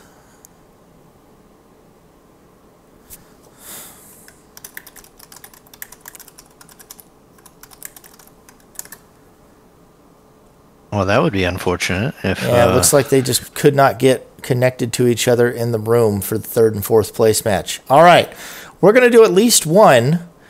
So tell me, what matches that we missed do we want to see?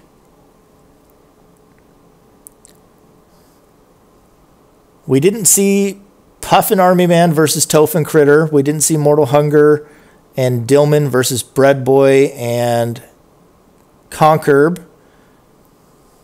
And we missed games 1 through 4 of Toph and Critter versus Sindark Fates and Dungeon Scrawler.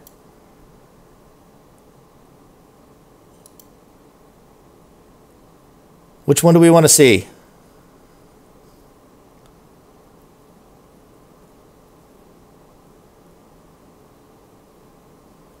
not the first round after losing? Oh, that's right. Yeah, we didn't see Zemigzi versus Mega DK and Roan. Let's see. Do I still have... there's Fat Nerds. Let's see if I can go to his VODs then.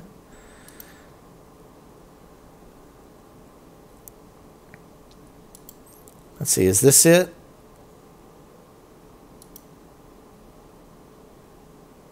Oh, no. That was versus Dillman and Mortal Hunger, it looks like. Oh, wait, no, this is Mega DK and Roan. Okay, so let's go back. I think this is a lag test, is it not? And then they go back to Palace. Or nope, that was just Palace. Okay.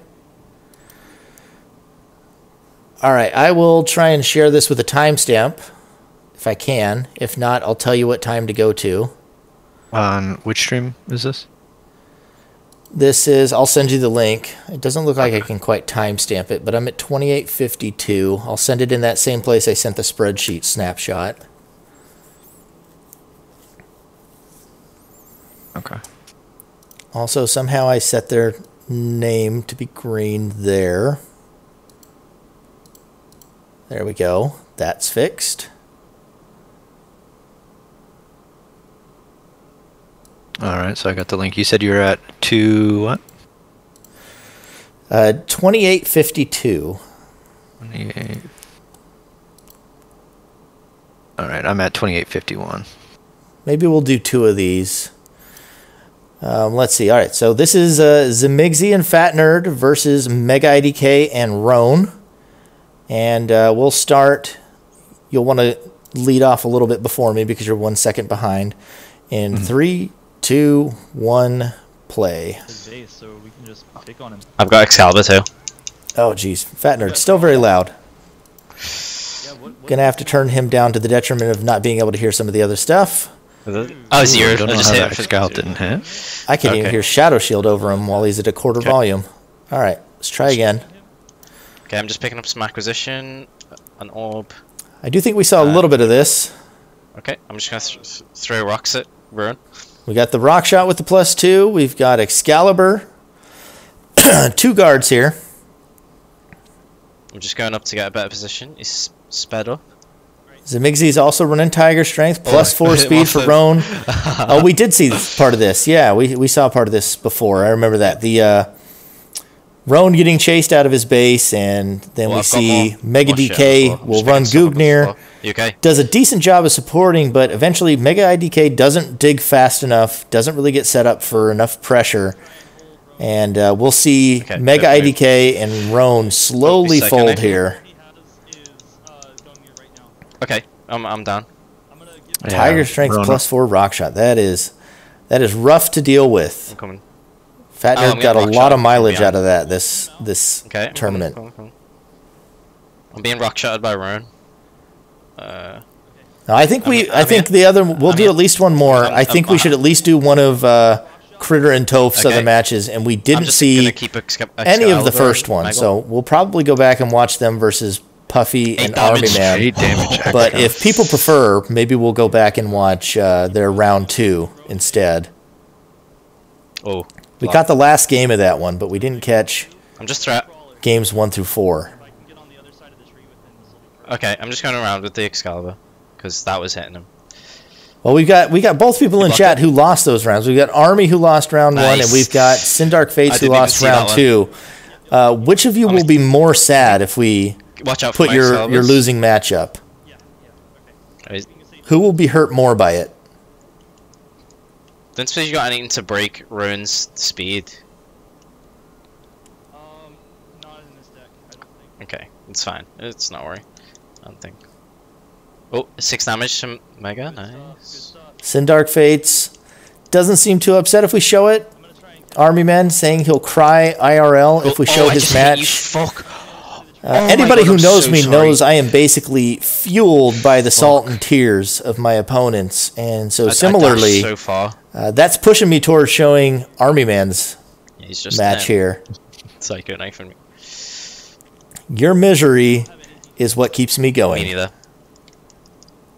I just hit Ruin for 5. That's right, Sindark Fates and Dungeon Scrawler. Nothing can take away that you guys upset tournament favorites in round 1 and put them in the ground. I'm going. I'm gonna go around the other side of the tree, pincer attack. Okay, I'm going in with the sword now. Dead.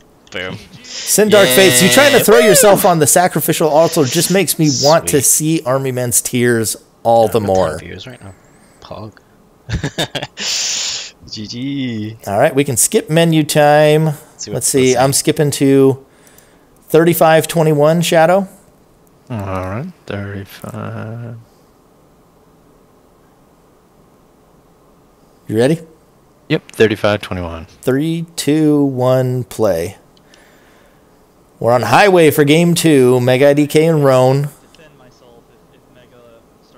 Got plenty of aura for the bravery setup. Okay. Yep, needs to find the bravery decision. I haven't drawn my bravery decision, so... Roan's off to a pretty strong start as well. Already got a stimulate on, 9 aura. 9 aura for Mega DK, green in hand, most likely the Tiger Strength, as they favor that Tiger Strength laser deck pretty heavily. Okay, the lasers begin. There's the 5 damage vibration laser from Roan, and Fat Nerd is getting the Bregan experience up in this lonely spawn against big nasty lasers. No shield. Desperately trying to find a way to save himself. At the very least, he could hide behind the wall here. Instead, he's going to jump off. I don't know how. I can't get off quickly. That's the problem. He can hide behind this wall for a second. He needs to pick up one more skill. He didn't pick it up there. Railgun him. You got to pick something up so that you can keep fighting. So I'm going to do that. There you go. You've got to just get out of here. He needs to not be here. I'm going to dazzle Mega. From here. At least he's got the dazzle railgun online. So there's dazzle railgun. That's going to hit. Zamigzi is putting some pressure onto Roan so he can't just throw lasers at him. There's another dazzle railgun. Yeah. If they can kill Fat Nerd up here, who is choosing to stay up here all this time, that is going to be extremely bad for Zamigzi and Fat Nerd. He's got to get down. Big 8 Nice. damage on a Roan. I didn't even see what Zamigzi hit with. What was that? It looked like Fire of Gehenna. Is that? I've been dazzled. Oh, more Dazzle Railgun. They need to just knock Fat Nerd out if they want to try to switch their pressure up. Mega Right now, DK he's just is free really firing. struggling here against the Dazzle Railgun. Oh, he got hit by goes debris. down I'm to up the the stairs. debris. That's the problem with this. You stay up got here hit by after 2 taking damage such a debris. beating, and now you have a long pickup I'm for in a good spot there. Zamigzi. I'm really strong They're right able to make the run, though. That gives Roan and Mega DK some breathing room, but that is a... now. Oh, rip. What is that, an 8 damage vibration laser now? That is a one-shot kill Oh, wrong button. onto whoever it hits. That's 3 damage. Just about. Okay. Zamigzi's calling for a reset. I killed him. Mega DK goes down, but he's going to eat another massive vibration laser. Darkhole takes the vibration laser. Nice. Zamigzi very I don't low. think we should reset. Just stay close. Just stay close. Fat Nerd calling for no reset. Just stay nearby. They want to try and stick this kill here. Zamigzi's moving in. Okay. Going to try and get the kill. Because I'm low. I'm going to stay here because I'm low. I know. Try I to want flush be him able to out. dazzle I him. think that's probably the right call. I don't know. Going in shieldless at 1 health. Making a bad pickup for an also shieldless Fat Nerd. I want to stay. I wouldn't agree with that call. They should have stayed up high and just tried to pick off Roan. I'm coming closer. I'm coming closer. That or they move in together. I'm just gonna go for it. I'm gonna take a shot. If I hit him, then it's game. Okay. Might be able to get a cheeky cluster bomb. Watch out for They're talking about trying to hit that Fire of Gehenna, but Zamigzi is not close. Nice, perfect. Oh, they hit it. And there's their 2-1 lead. Nice. That start was so bad. My spawn for that was like horrible. Oh fuck! I forgot to screenshot again. Yeah. Yeah. One without any blue. Without any blue. Let's see, we can skip ahead again. What's next? Alright. Let's see, I'm at 40-18. We're not quite at the beginning of the game. Alright. I'm at 40-19. 3, 2, 1, play. Okay, just stay hidden in that case. Or me stay hidden because I'm the one who gets hit by lasers. Looks like a rough start for Wow, Fat Nerd rough and shot. Zamigzi, and That's Zamigzi's taking some serious damage. Okay. I'm gonna throw rock shots at Megal. Stuck at 2 aura, my case. already lost half her health. None of them are running flash hole, which is really nice. Makes me happy. Mega's taking a little bit of damage back, but Zamigzi eating more damage there. Okay. I think that's got to be rock shot out of Roan and then the slide laser out of Mega DK. But double rock shots there. Okay, if I'm blocks throwing the second rocks one at- at least. Mega is taking hits. But well. Zamigzi's going to go down here shortly. Oh, sorry. Yeah, I should have been. I mean, coming to Mega you, is yeah. taking I see you, I a see you. good bit of damage Okay, I'm staying himself here. from I his can drop rock down shot, straight. trying I to can drop down straight multitask. as soon as you die. I'm gonna throw rocks. Blaster doesn't connect. Got to be jumping and jiving more on this rock shot, Mega. Roan's coming up behind. Yeah, I'm throwing rocks at him. Mega definitely needs to work on that defense game. I still need to draw shit. I've only got rock shots right now. Yeah, it's a tough spot. I see Fatner you desperately close, so I'm needs just that gonna aura, but grab if he some, drops the rock shot, he loses all offensive capability. Dropping Psycho Shell is going to be also bad. And dropping your vibration moves feels bad when where are you're you? just about to hit vibration. Okay, I'm coming. Zamigzi's already down, so at least he's still got the shield. He could also, if he gets an opening onto Mega, create it into a 1v1 scenario if he needs to. Okay. But pickup is made, +2 speed, coming in clutch. Yeah. He does take a good 9 Mega's damage on the very way, low. though. Roan gets hit for the first time this round. I need one more. Mega aura IDK for, clinging my to laser. life.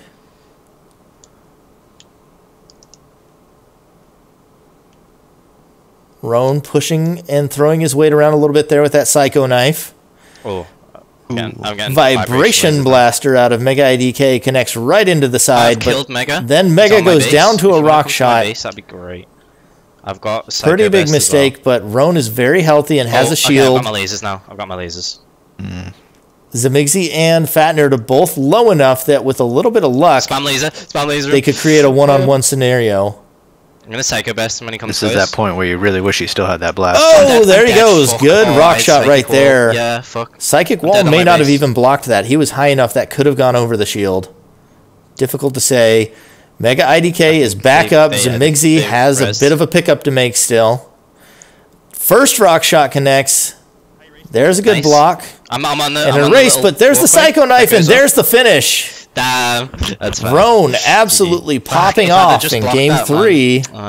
Brings it to a game 4. Back. Oh, we lost that one. All right, let's see. We got Panorama next. I'm at 45-37. All right, 45-38. All right, I can. I'm at 39 now. 3, 2, 1, play. Pick and Dance to Death and no shield and absolutely one-shot them. This is. Oh my goodness. Yeah, go pick up the aura. Fine. Well, he decides not to get the extra aura first, but it's 21 damage dance. Okay, and we're waiting for the Frighten out of Zamigzi, supposedly. I've got a 100%. Yeah, I mean, that's the dream draw. When you get the 21, you just gotta go for it. I mean, it's telling you something. Should have picked up the aura anyway, just so you have a little more. But oh shit! He hit me first. I wasn't expecting that. Zamigzi connecting with Fire of Gehenna. Okay. Cool. Got Fang of Tree. Looks like a Memory of Battle deck actually here out of Roan. I mean, they are getting. They're getting some serious damage in. Without that Frighten, it makes it really hard to, you know, run out there with no boosted speeds, no shields, and you're just out in the open. So even though you're got that threatening close range, you know, people just stay at medium range and just don't let you get close. Yeah, they've taken a lot of damage. They're going to have to play this careful and slow. There's a yellow for Zamigzi. Could be the Frighten. Zamigzi needs to stay relatively close, too, in case he goes down. Okay, just they need to be able to make the pickup. Okay. There's one. Dead. I'm going up. Now all they got to do, it's a cartwheeler. Cool. Roan cannot jump to stay away from this. Okay, Frighten. And perfect timing. Back-to-back 21 damage Frighten Dance of Death. Style points to Zamigzi and Fat Nerd. I love that shit. Let's go. Yeah. Fantastic. All right.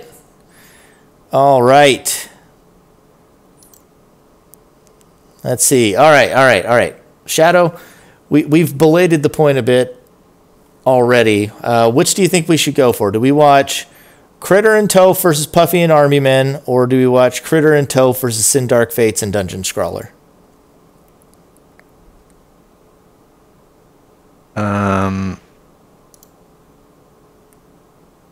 Let's do the first one. Versus Army Men? Yeah, I didn't see any of that match. I'm not sure if, how much of that you saw, but yeah, I haven't seen any of that one either. Okay, let's see. That was... It's not currently live. Let's see. Videos... Live now. Let's see if I can rewind that or if there's a problem. No. Let's make it difficult.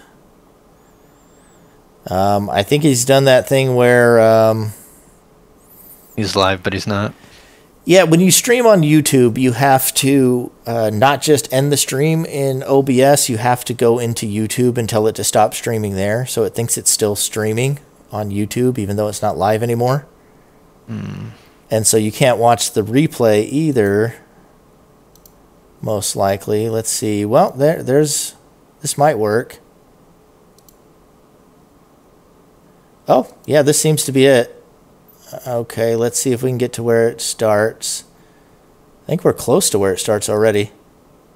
Okay. Let's go to 541. One second, let me pull that up real quick. I think only the round 1 is up, though. I think he may have ended the stream and then restarted it after that.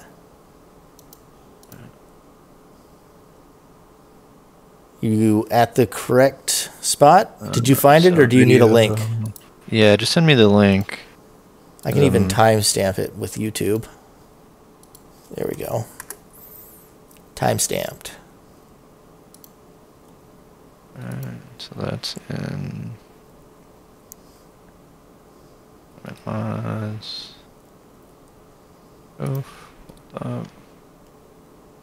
Alright, at the 541? Yep. 3, 2, 1, play.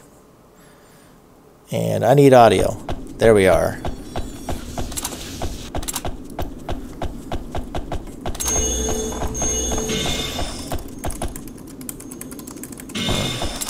Looked like Critter was quickly arm roast and then arm roast back and is now at +2.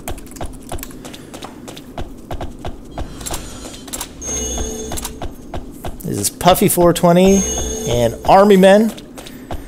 I don't know if they did much practicing other than this morning, so they may have came in a little underprepared. We did see Puffy still running the optical camo with the Miramasa blades, which we saw him do in the Battle Royale section. So limited preparation potentially for those two, and that was a nasty little combo. Critter with the 5 damage reincarnation. Oh, I didn't see Puffy there, but Toph with good reflexes. It's probably easier to see him whenever they're in a better resolution, but I had not noticed him there. Army Men goes down. That was, what was that, a 10 damage Fang of Tree there? I didn't even see. I blinked and he was dead. Toph just disappearing people. Excuse me, Critter just disappearing people. Oh, big reincarnation once again. Miramasa doesn't connect again. Now they know he has it. Lightning speed doesn't matter too much here. Into that massive reincarnation. Puffy takes a ton of damage on the pickup. And Army Men getting knocked down again. Army Men there with the Dance of Death. We did see him run that before.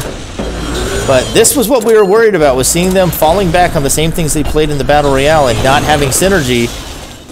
Big 7 damage crawlers. And there's the reincarnation for the finish. That was a quick game.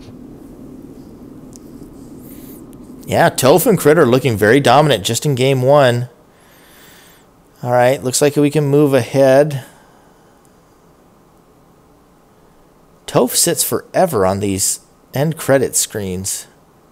Yeah, I'm not sure if he's taking a screenshot or what. All right, 11:15. 15? 11:15. 3, 2, 1, play.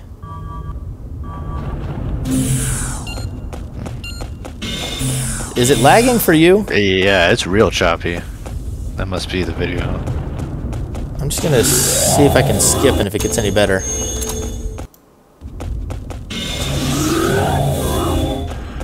Alright, that's at least a little bit more manageable. I'm at 12:25 if you want to skip to it. Nothing's really happened too much. Okay, 12:25. 3, 2, 1, play. Puffy's on the lightning speed. He does hit the Miramasa there. Looks like Dazzle out of Army Men. Good bravery setup, but Puffy also takes a big hit. I think that was from his partner with Excal. Or no, Gaming Time's also on bravery. Not 2 bravery setups.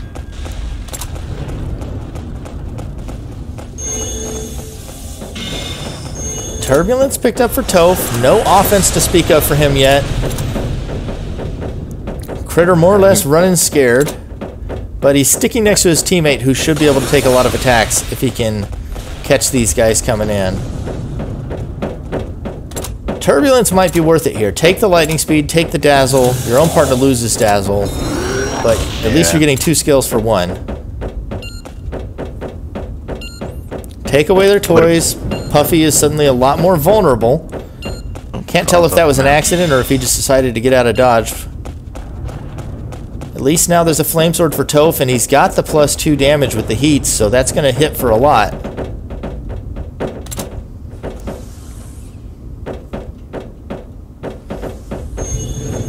That is 1 FPS. Ooh, this is rough. This is why I was trying to see if I could get somebody else to stream this in Toph's room. His stream is a a little rough. Looks like Puffy's losing all his attacks and defenses. Well, it's all mostly one-time use stuff in there with all those Miramasas. I think he's got a reincarnation as backup, but things are happening. Big cluster bomb. Toph is going to take a tumble off.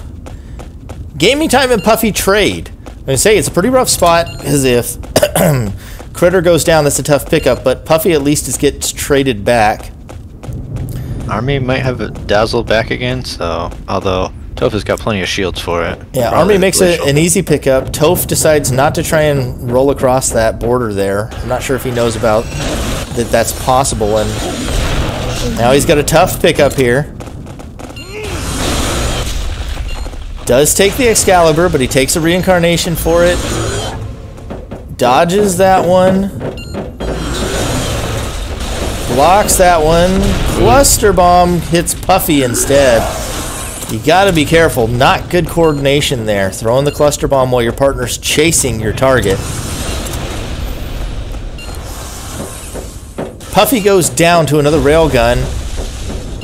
And gaming time goes to a railgun there. But it's a 2v1 for Army Men now. He's got a decent shot. He gets a kill if he hits either one of these guys. Army Man takes a cluster bomb, though. Not that we can see anything. My goodness.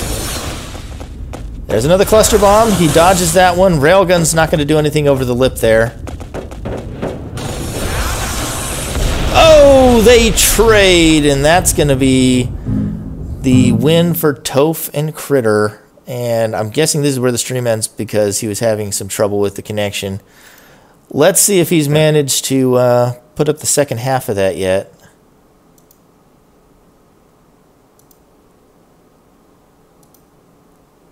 Well, that says 40 minutes. No, that's 16. Let's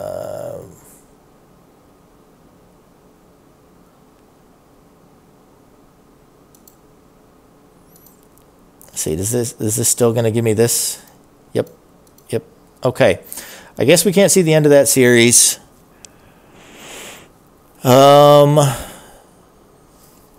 Sin Dark Fates. Can you send me the link for your stream? I think you may have earlier. Wait, I think Critter sent me. Did Critter also have something going? We might be able to find it from Critters here. Oh, well, this is versus Sin Dark Fates.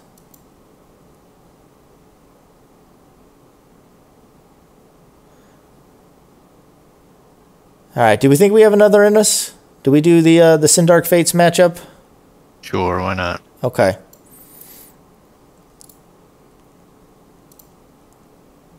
I just want to send that one over. Yep, I'm just getting it so I can copy the URL time. There we go.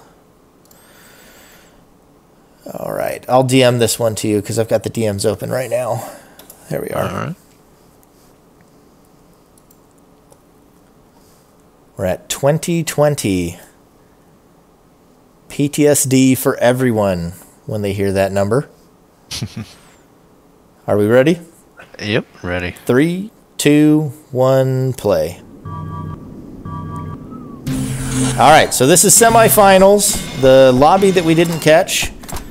Tournament winners, Toph and Critter, playing under the tag Gaming Time here. What bond you got? Versus Sin Dark Fates and the Lone Cabin. The legendary upsetters of Paco, Sleppy, and Chikram in round 1.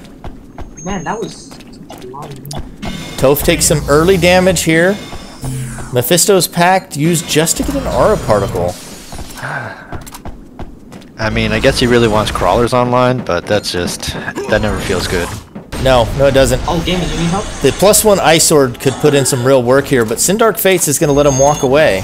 Throws down a Lunar Force, in fact. That's close to a hang spot. He needs to be careful.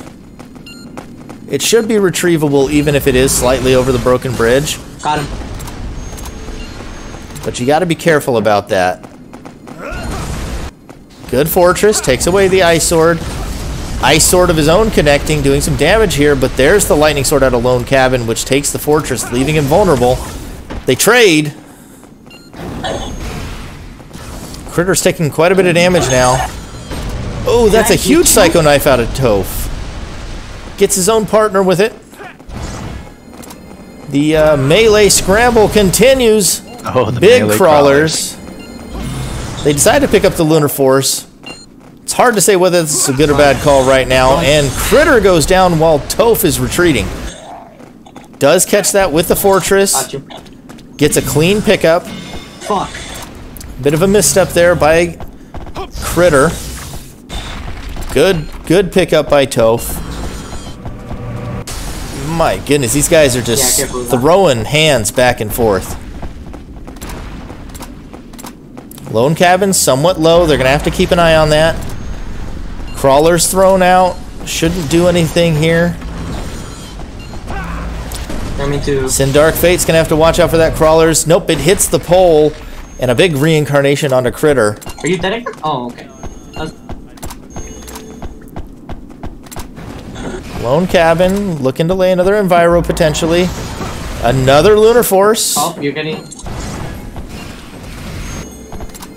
Lunar Force is one of those Enviros where you just got to make sure that you're in a position to take advantage of it more than your opponents. It's kind of like Opti in that way. Yeah, well, they are at +3 and +4. Lone Cabin goes down, though. Sindark's fairly healthy. Has a fairly clear route to the body as well. Big hit onto Toph.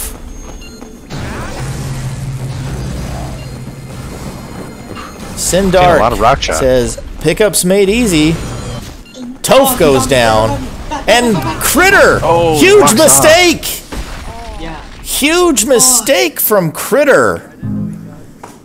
Toph goes down right behind him, and he doesn't notice. And then he jumps off and just asks for the Will-o'-the-Wisp. Alright, close matches, close matches. That's game 1 to Sindark. Alright, what do you want to pick? We can jump ahead. Ready? Alright, I'm at 25-44. 25. Alright. 3, 2, 1, play. I think I got Turbulence, yeah. Oh, wow, we got good spawns. We got incredible spawns. You can protect me from up there. And you got the better cover. Okay, no. We've got... Alright, why don't you take the lead on this one? Definitely looks like another Bravery setup out of Critter. More boosting for Toph. Haven't seen too much. Everybody's kind of playing it slow. I mean, Highway's a big map, so you know, probably don't want to have too much early aggression. We can push. I'm not sure if Sin is aura screwed or... I mean, he's stuck at 1 aura. I can't imagine there's too much. It looks like he does still have a couple capsules on deck, so I think he might just be a little behind. Does get the boost mine though. I don't have enough, so... I think that's a laser barrier. That should have been broken. I'm gonna wait for them to... I mean, 9 minutes with Dazzle Railgun. I mean, that's a pretty good setup for Bravery.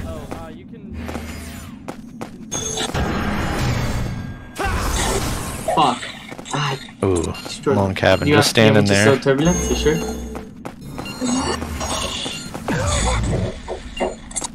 It's gonna take that Dazzle. Got another one on bench, ready for it. Oh, Lone Cabin just giving up these shields. What do you want I think that's the 3rd one. That Railgun's taken. Damn armor.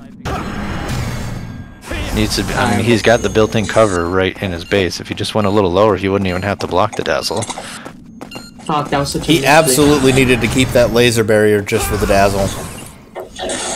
Big mistake using it against the Railgun. Damn it. Okay, I'm a bit... Especially as a, Wait, no, don't. Just cartwheel it. I'm just gonna push Another away. Dazzle lands, another Railgun lands. Yeah, now he's shieldless. It's gonna be tough for him to be able to help a ton until he gets another shield. That flash will do. Vibration Blaster.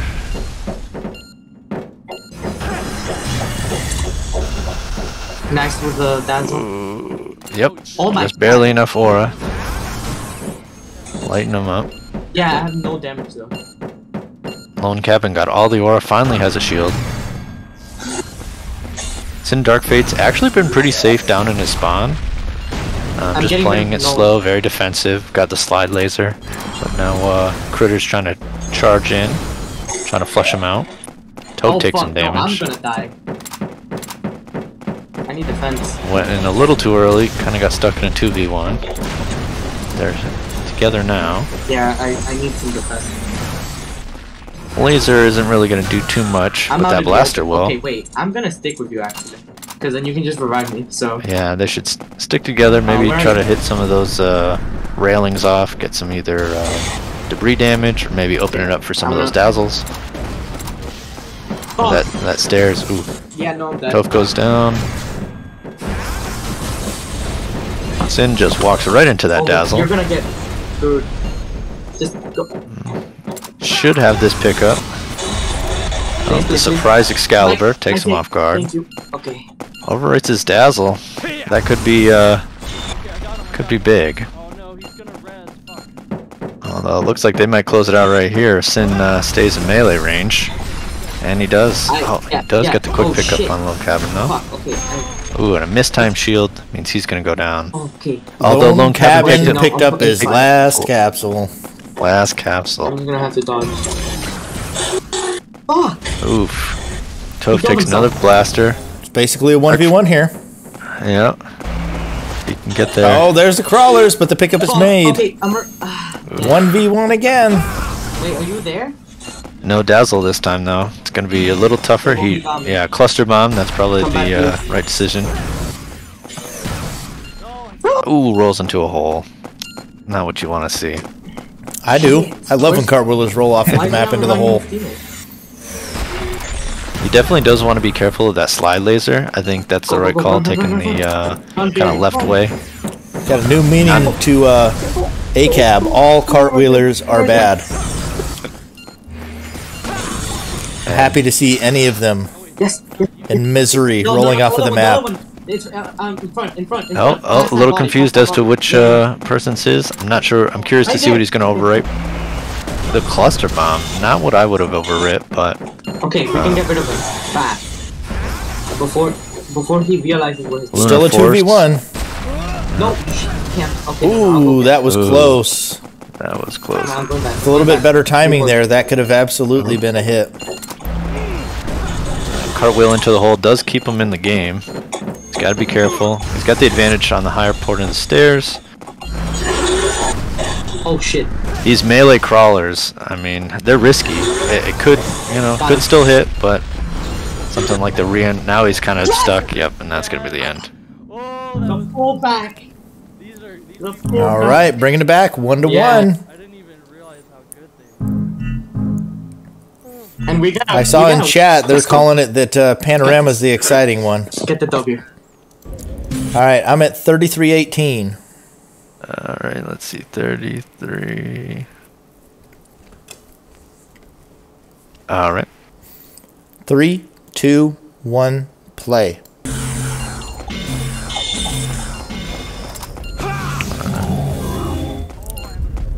A Heat and a Rian. I have a terrible spawn right now. Well, as terrible as in like supporting the terrible. Rian can be good on panel, although it's not generally my go-to.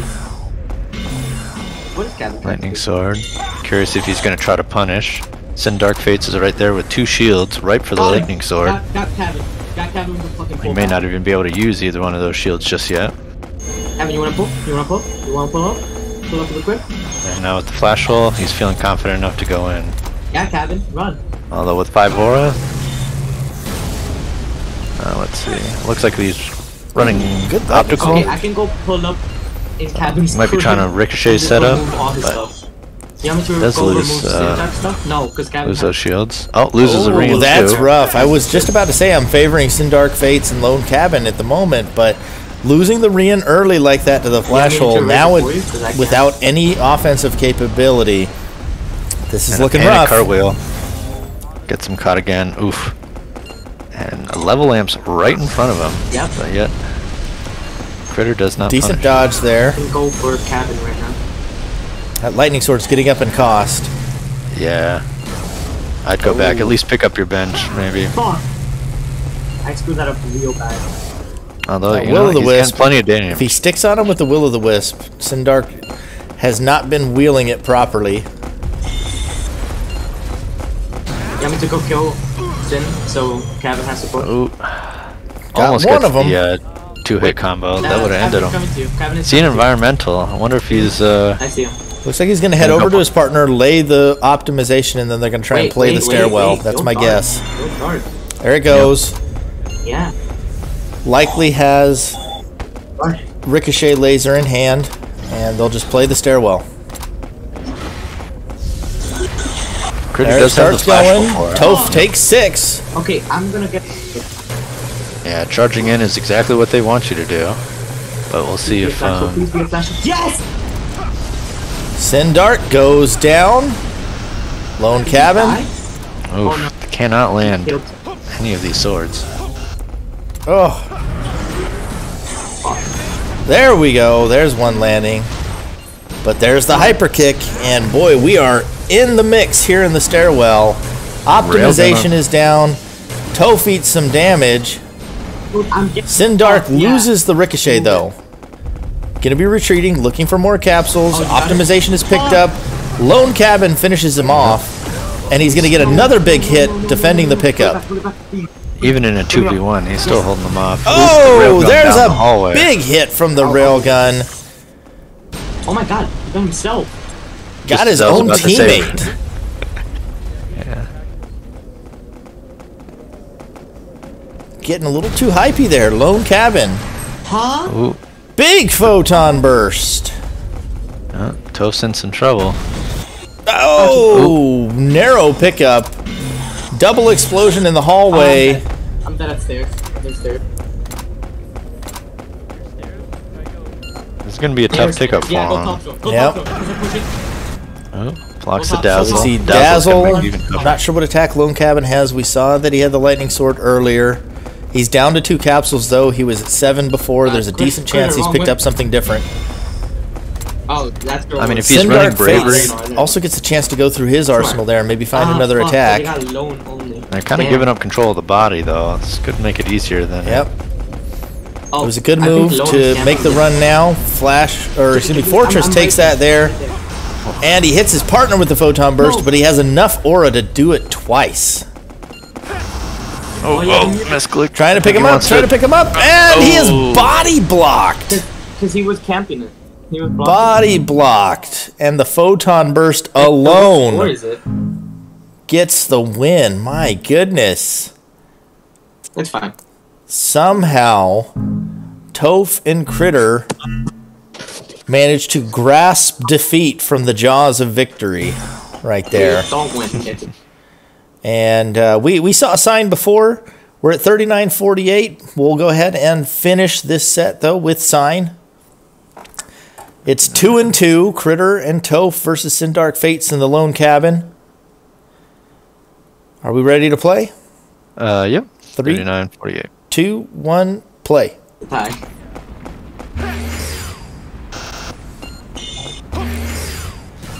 Pretty solid set start. Oh, wow. Slide laser. So Try to get some cheeky damage with it.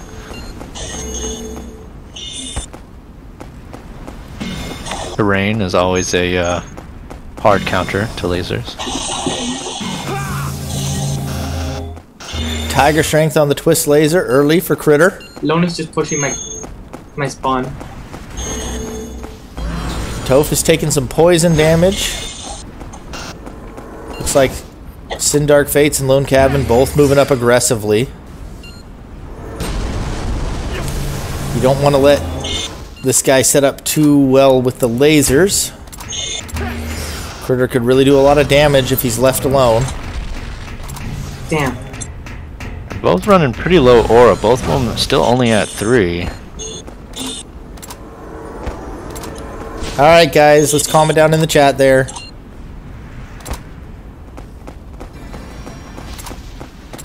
Do that. Oh, he purified you, but... doesn't realize that that doesn't work. It was a great performance out of everybody today. Really exciting to see how well Dark Fates and Lone Cabin did. We know the results of this set though. Man, Critter and Toph will be winning here on sign, and then they go on to win the tournament in the finals. But frankly, in the finals it was 3-1, and the matches weren't as close as they've been here in this set. And so far in this set, or in this match, they are getting handily dealt with.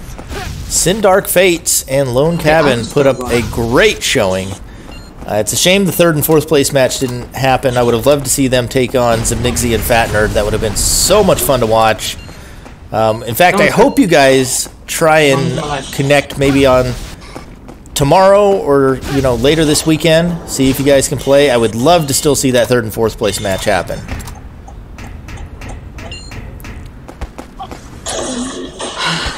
Damn. Toph is just getting two twist so beat lasers up right now. Gimme. This is where I left off last time, I believe, and this looks bad. Difficult pickups. Oh, he drops the dash of all things, and then tumbles off. Tiger Strength Blaster. They're so healthy, and they're just camping right on top of Toph's face. Gotta see how they pull this off, honestly. Toph goes down again. I remember I did see this. Yeah. Critter makes another 2 health pickup. Gimme, I'm right there. Shh. Gimme. Drops the Tiger Strength. He's got another one on bench. Must really favor that twist laser, Yeah. although I haven't seen it do too much for him. Well, we'll see. Maybe he wins the game with it. I didn't see before. Nice reincarnation in the sky. Turns things around. Sin Dark Fates is going to have to make a long distance pickup now. We'll have to see if he does as well as Critter does. Okay, so I know not to get hit by that. Oh, they trade. Okay. This is exactly, he needs to be making a beeline for it. He decides to go for the win and try and catch Toph in the back. Sin Dark Fates takes another hit. Toph 1v1 finishes him off. No, I think it was a Rien into a Flame Sword, if I remember correctly. Toph comes out huge there. Critter has some great pickups, but Toph was absolutely the one bringing it to them and dealing the damage. What a great set there. Game 5. Alright, well I think that's going to do it for our live coverage. I'm going to be reviewing what matches we missed and going back and trying to cast those. I think the only one I'm going to be missing is... Well, maybe we should. If there's just one match, do we just cast it? Do we just do it? Okay. Let's finish it off. I got to find Bread Boy stream. Where did Bread Boy stream go? Let's see. Copy, paste, and go. It's the last one. Let's get it in. We'll just get it all in live. Just briefly, if Esper wouldn't mind doing it, can you try and track down Lil Pippo? All right.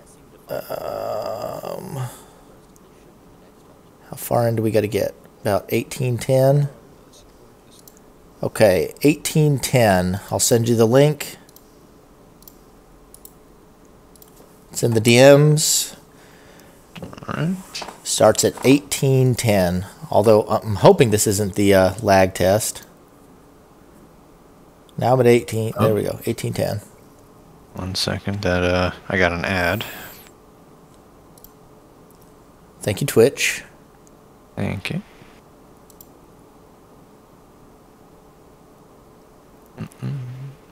10 seconds left.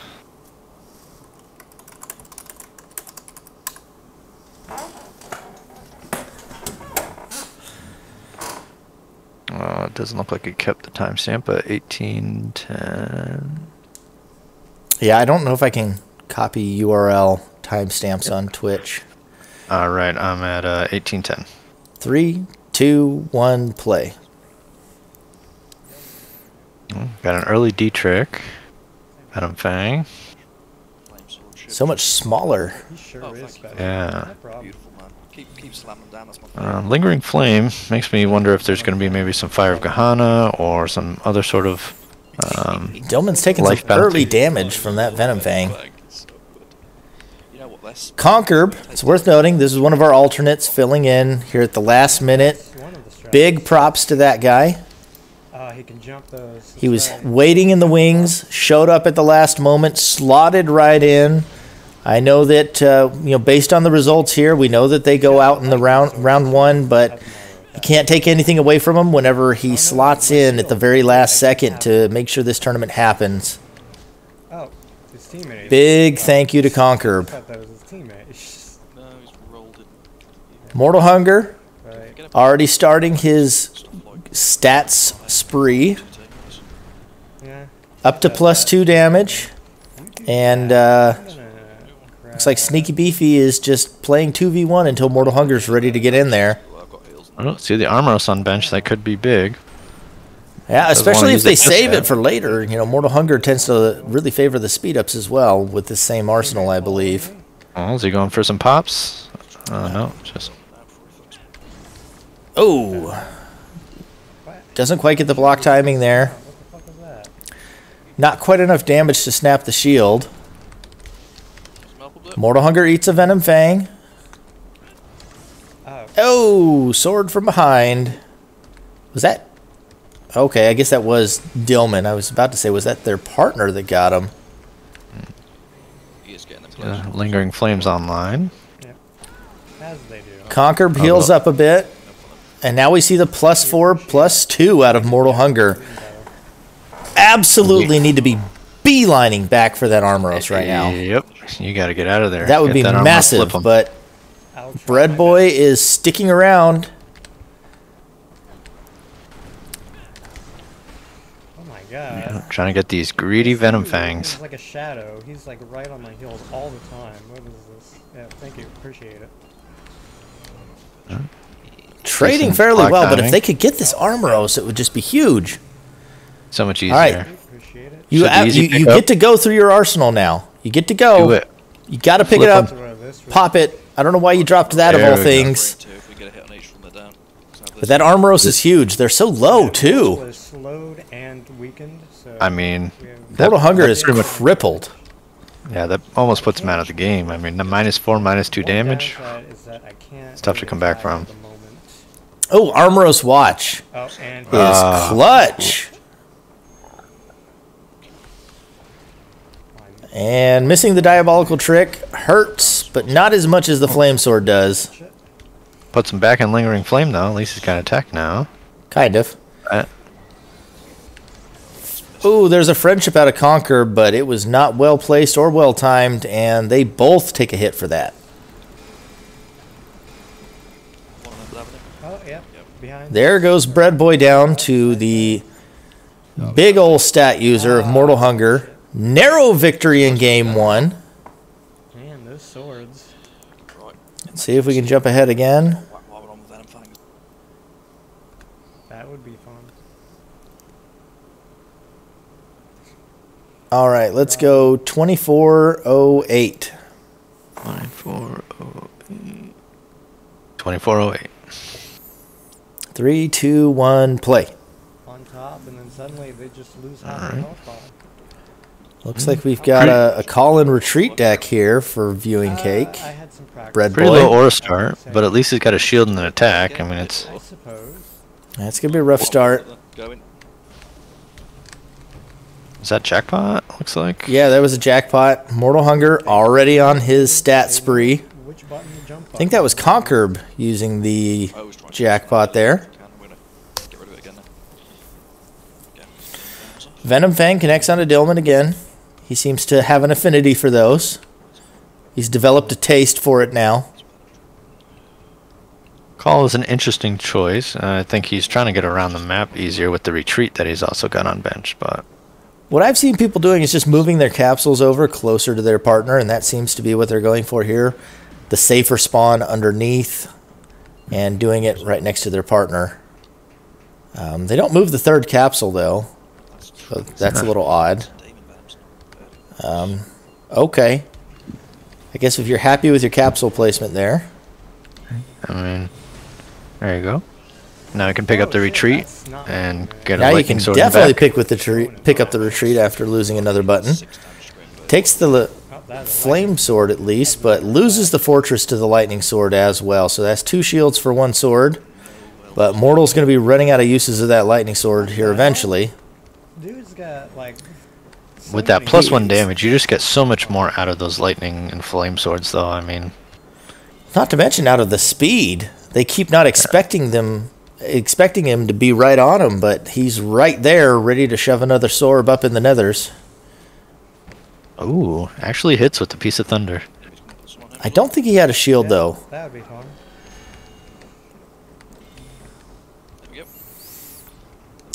Okay, it wasn't Venom Fang, it was Demon's Venom. Excuse me, Sneaky Beefy has expanded his palette for Venom moves. That's one of the problems with retreat right there. You never really know where you're gonna go, and your opponent could be right there waiting for you while you're stuck in the end lag. Yep. If they're on top of your capsules, it's a bad day, but at least the Psycho Blade connects, but Mortal Hunger lives. And Bread Boy goes down. Conquer's going to eat a hit on the way in. Solid pickup, though. Okay. Crucially, making that quick dash over to get it before they have a chance to really set up the defense. Mortal Hunger goes down. Dillman's going to make an easy pickup, but he will take quite a bit of damage doing so. He fell. Try and stay up on the gantries if we can. And with the knockoff, that'll give View and Cake a little bit more time to breathe, get that fortress. Oh, he's got bombs, or rock shot, or whatever that is. That's a 7 damage from the Psycho Knife there. It does not. Retreat usually brings you to your 3rd capsule, so I think it's just going to bring you back there every time. I tried to go down, but my retreat... Really? I thought it was random, but to be I honest, could I be don't use wrong. retreat a lot. Yeah, I don't either. Oh, that's lovely. I can use that. Oh, maybe it is random.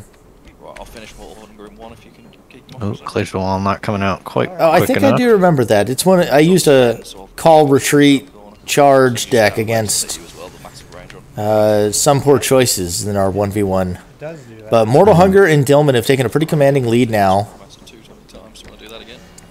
After making those revives, Dillman heals up, in fact. Must have had some healing waters in base. Mortal Hunger's taking some damage, but he's at that +2, +4. They just don't have there's the another strength in Psycho it. Knife. They just don't have the strength in attacks. I mean, Psycho Knife and Psycho Blade isn't going to do much against a +4 speed, +2 damage, person with Lightning Sword and Flame Sword. These guys came in with a pretty clear game plan, having Dillman play a more supportive role, keeping some mid-range attacks and some Armoros watches, and Mortal Hunger just pops a whole crap ton of stats and chases with some nasty swords, and it's really worked for him. Nobody's had a sufficient answer to the stats that Mortal Hunger has been popping. And this is what we'll see carries them deep into the finals. We even see the +4 out of View and Cake, but still not enough for the synergy that they're having to cover all the angles. Too little, too late. Game 2 goes to Mortal Hunger and Sneaky Beefy. Alright. Let's see. Alright, we are at 3150. 3150. Yep, let's close it out. Alright, when you're ready. Oh, I apologize. I already hit play. I'm at 3156. Okay.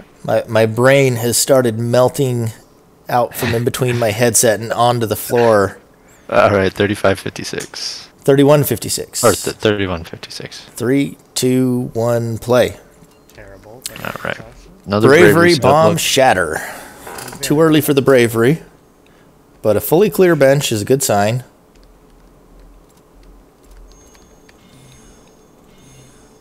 Now it's time for the Bravery. Nice and early. Yeah. Yes. I can feel it flowing through me. Still got, looks like 12 capsules, so it'll still be a couple draws before he can get online. I wouldn't pick up the orb yet. Please don't pick up the orb. Don't do that to me. Shatter, bomb, sensor mine. Clearly setting up for some shenanigans here. I don't know if shenanigans are the right answer on highway, though.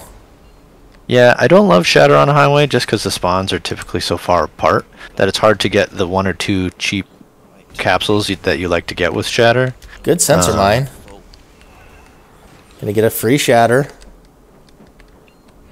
That sensor mine will catch him again.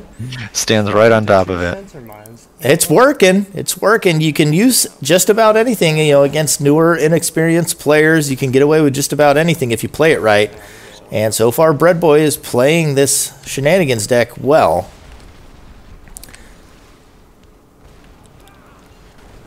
I think the rapid cannon there out of Mortal Hunger gets a little bit of damage. And bomb connects again. Mortal Hunger is just loving these little explosions.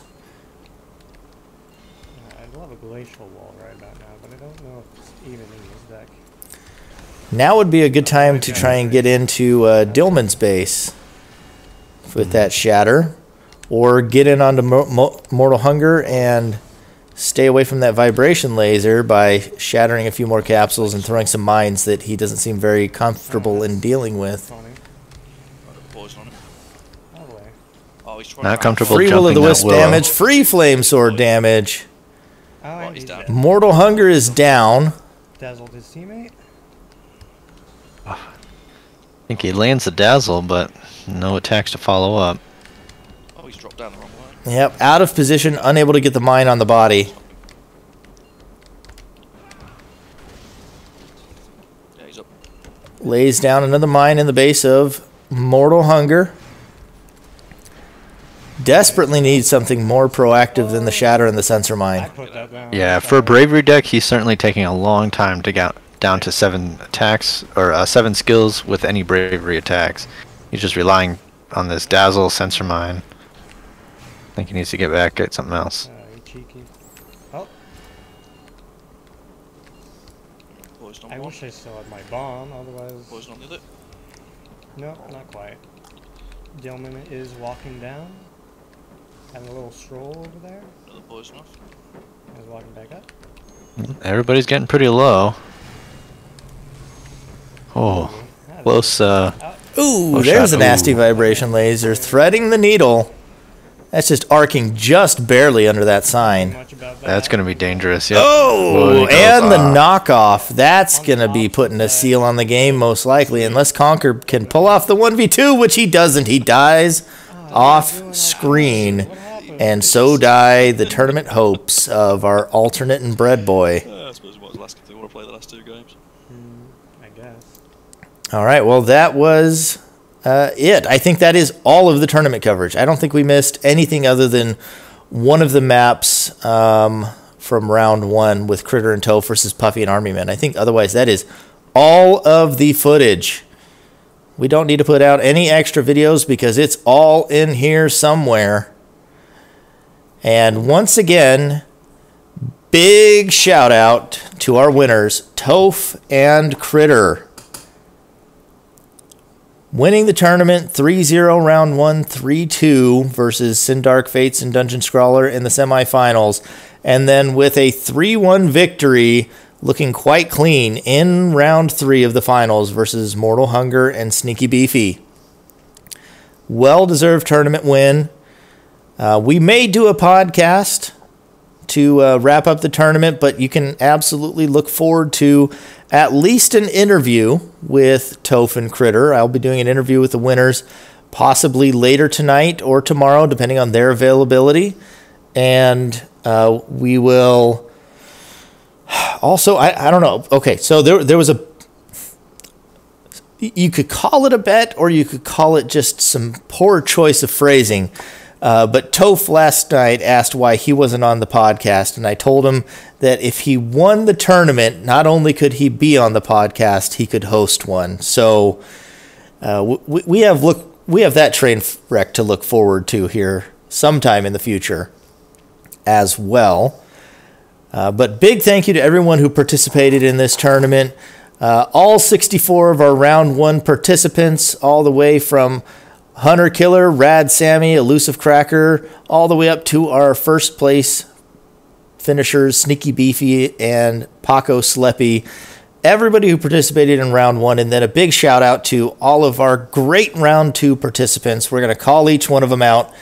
Paco Sleppy, Chikram, Sindark Fates, Dungeon Scrawler, Puffy 420 Blaze It, Armyman 13, Toph, Critter, Fat Nerd and Zmigsy, Mega IDK, Roan, Mortal Hunger, Dillman, Bread Boy, and Conquer. Thank you so much for your participation.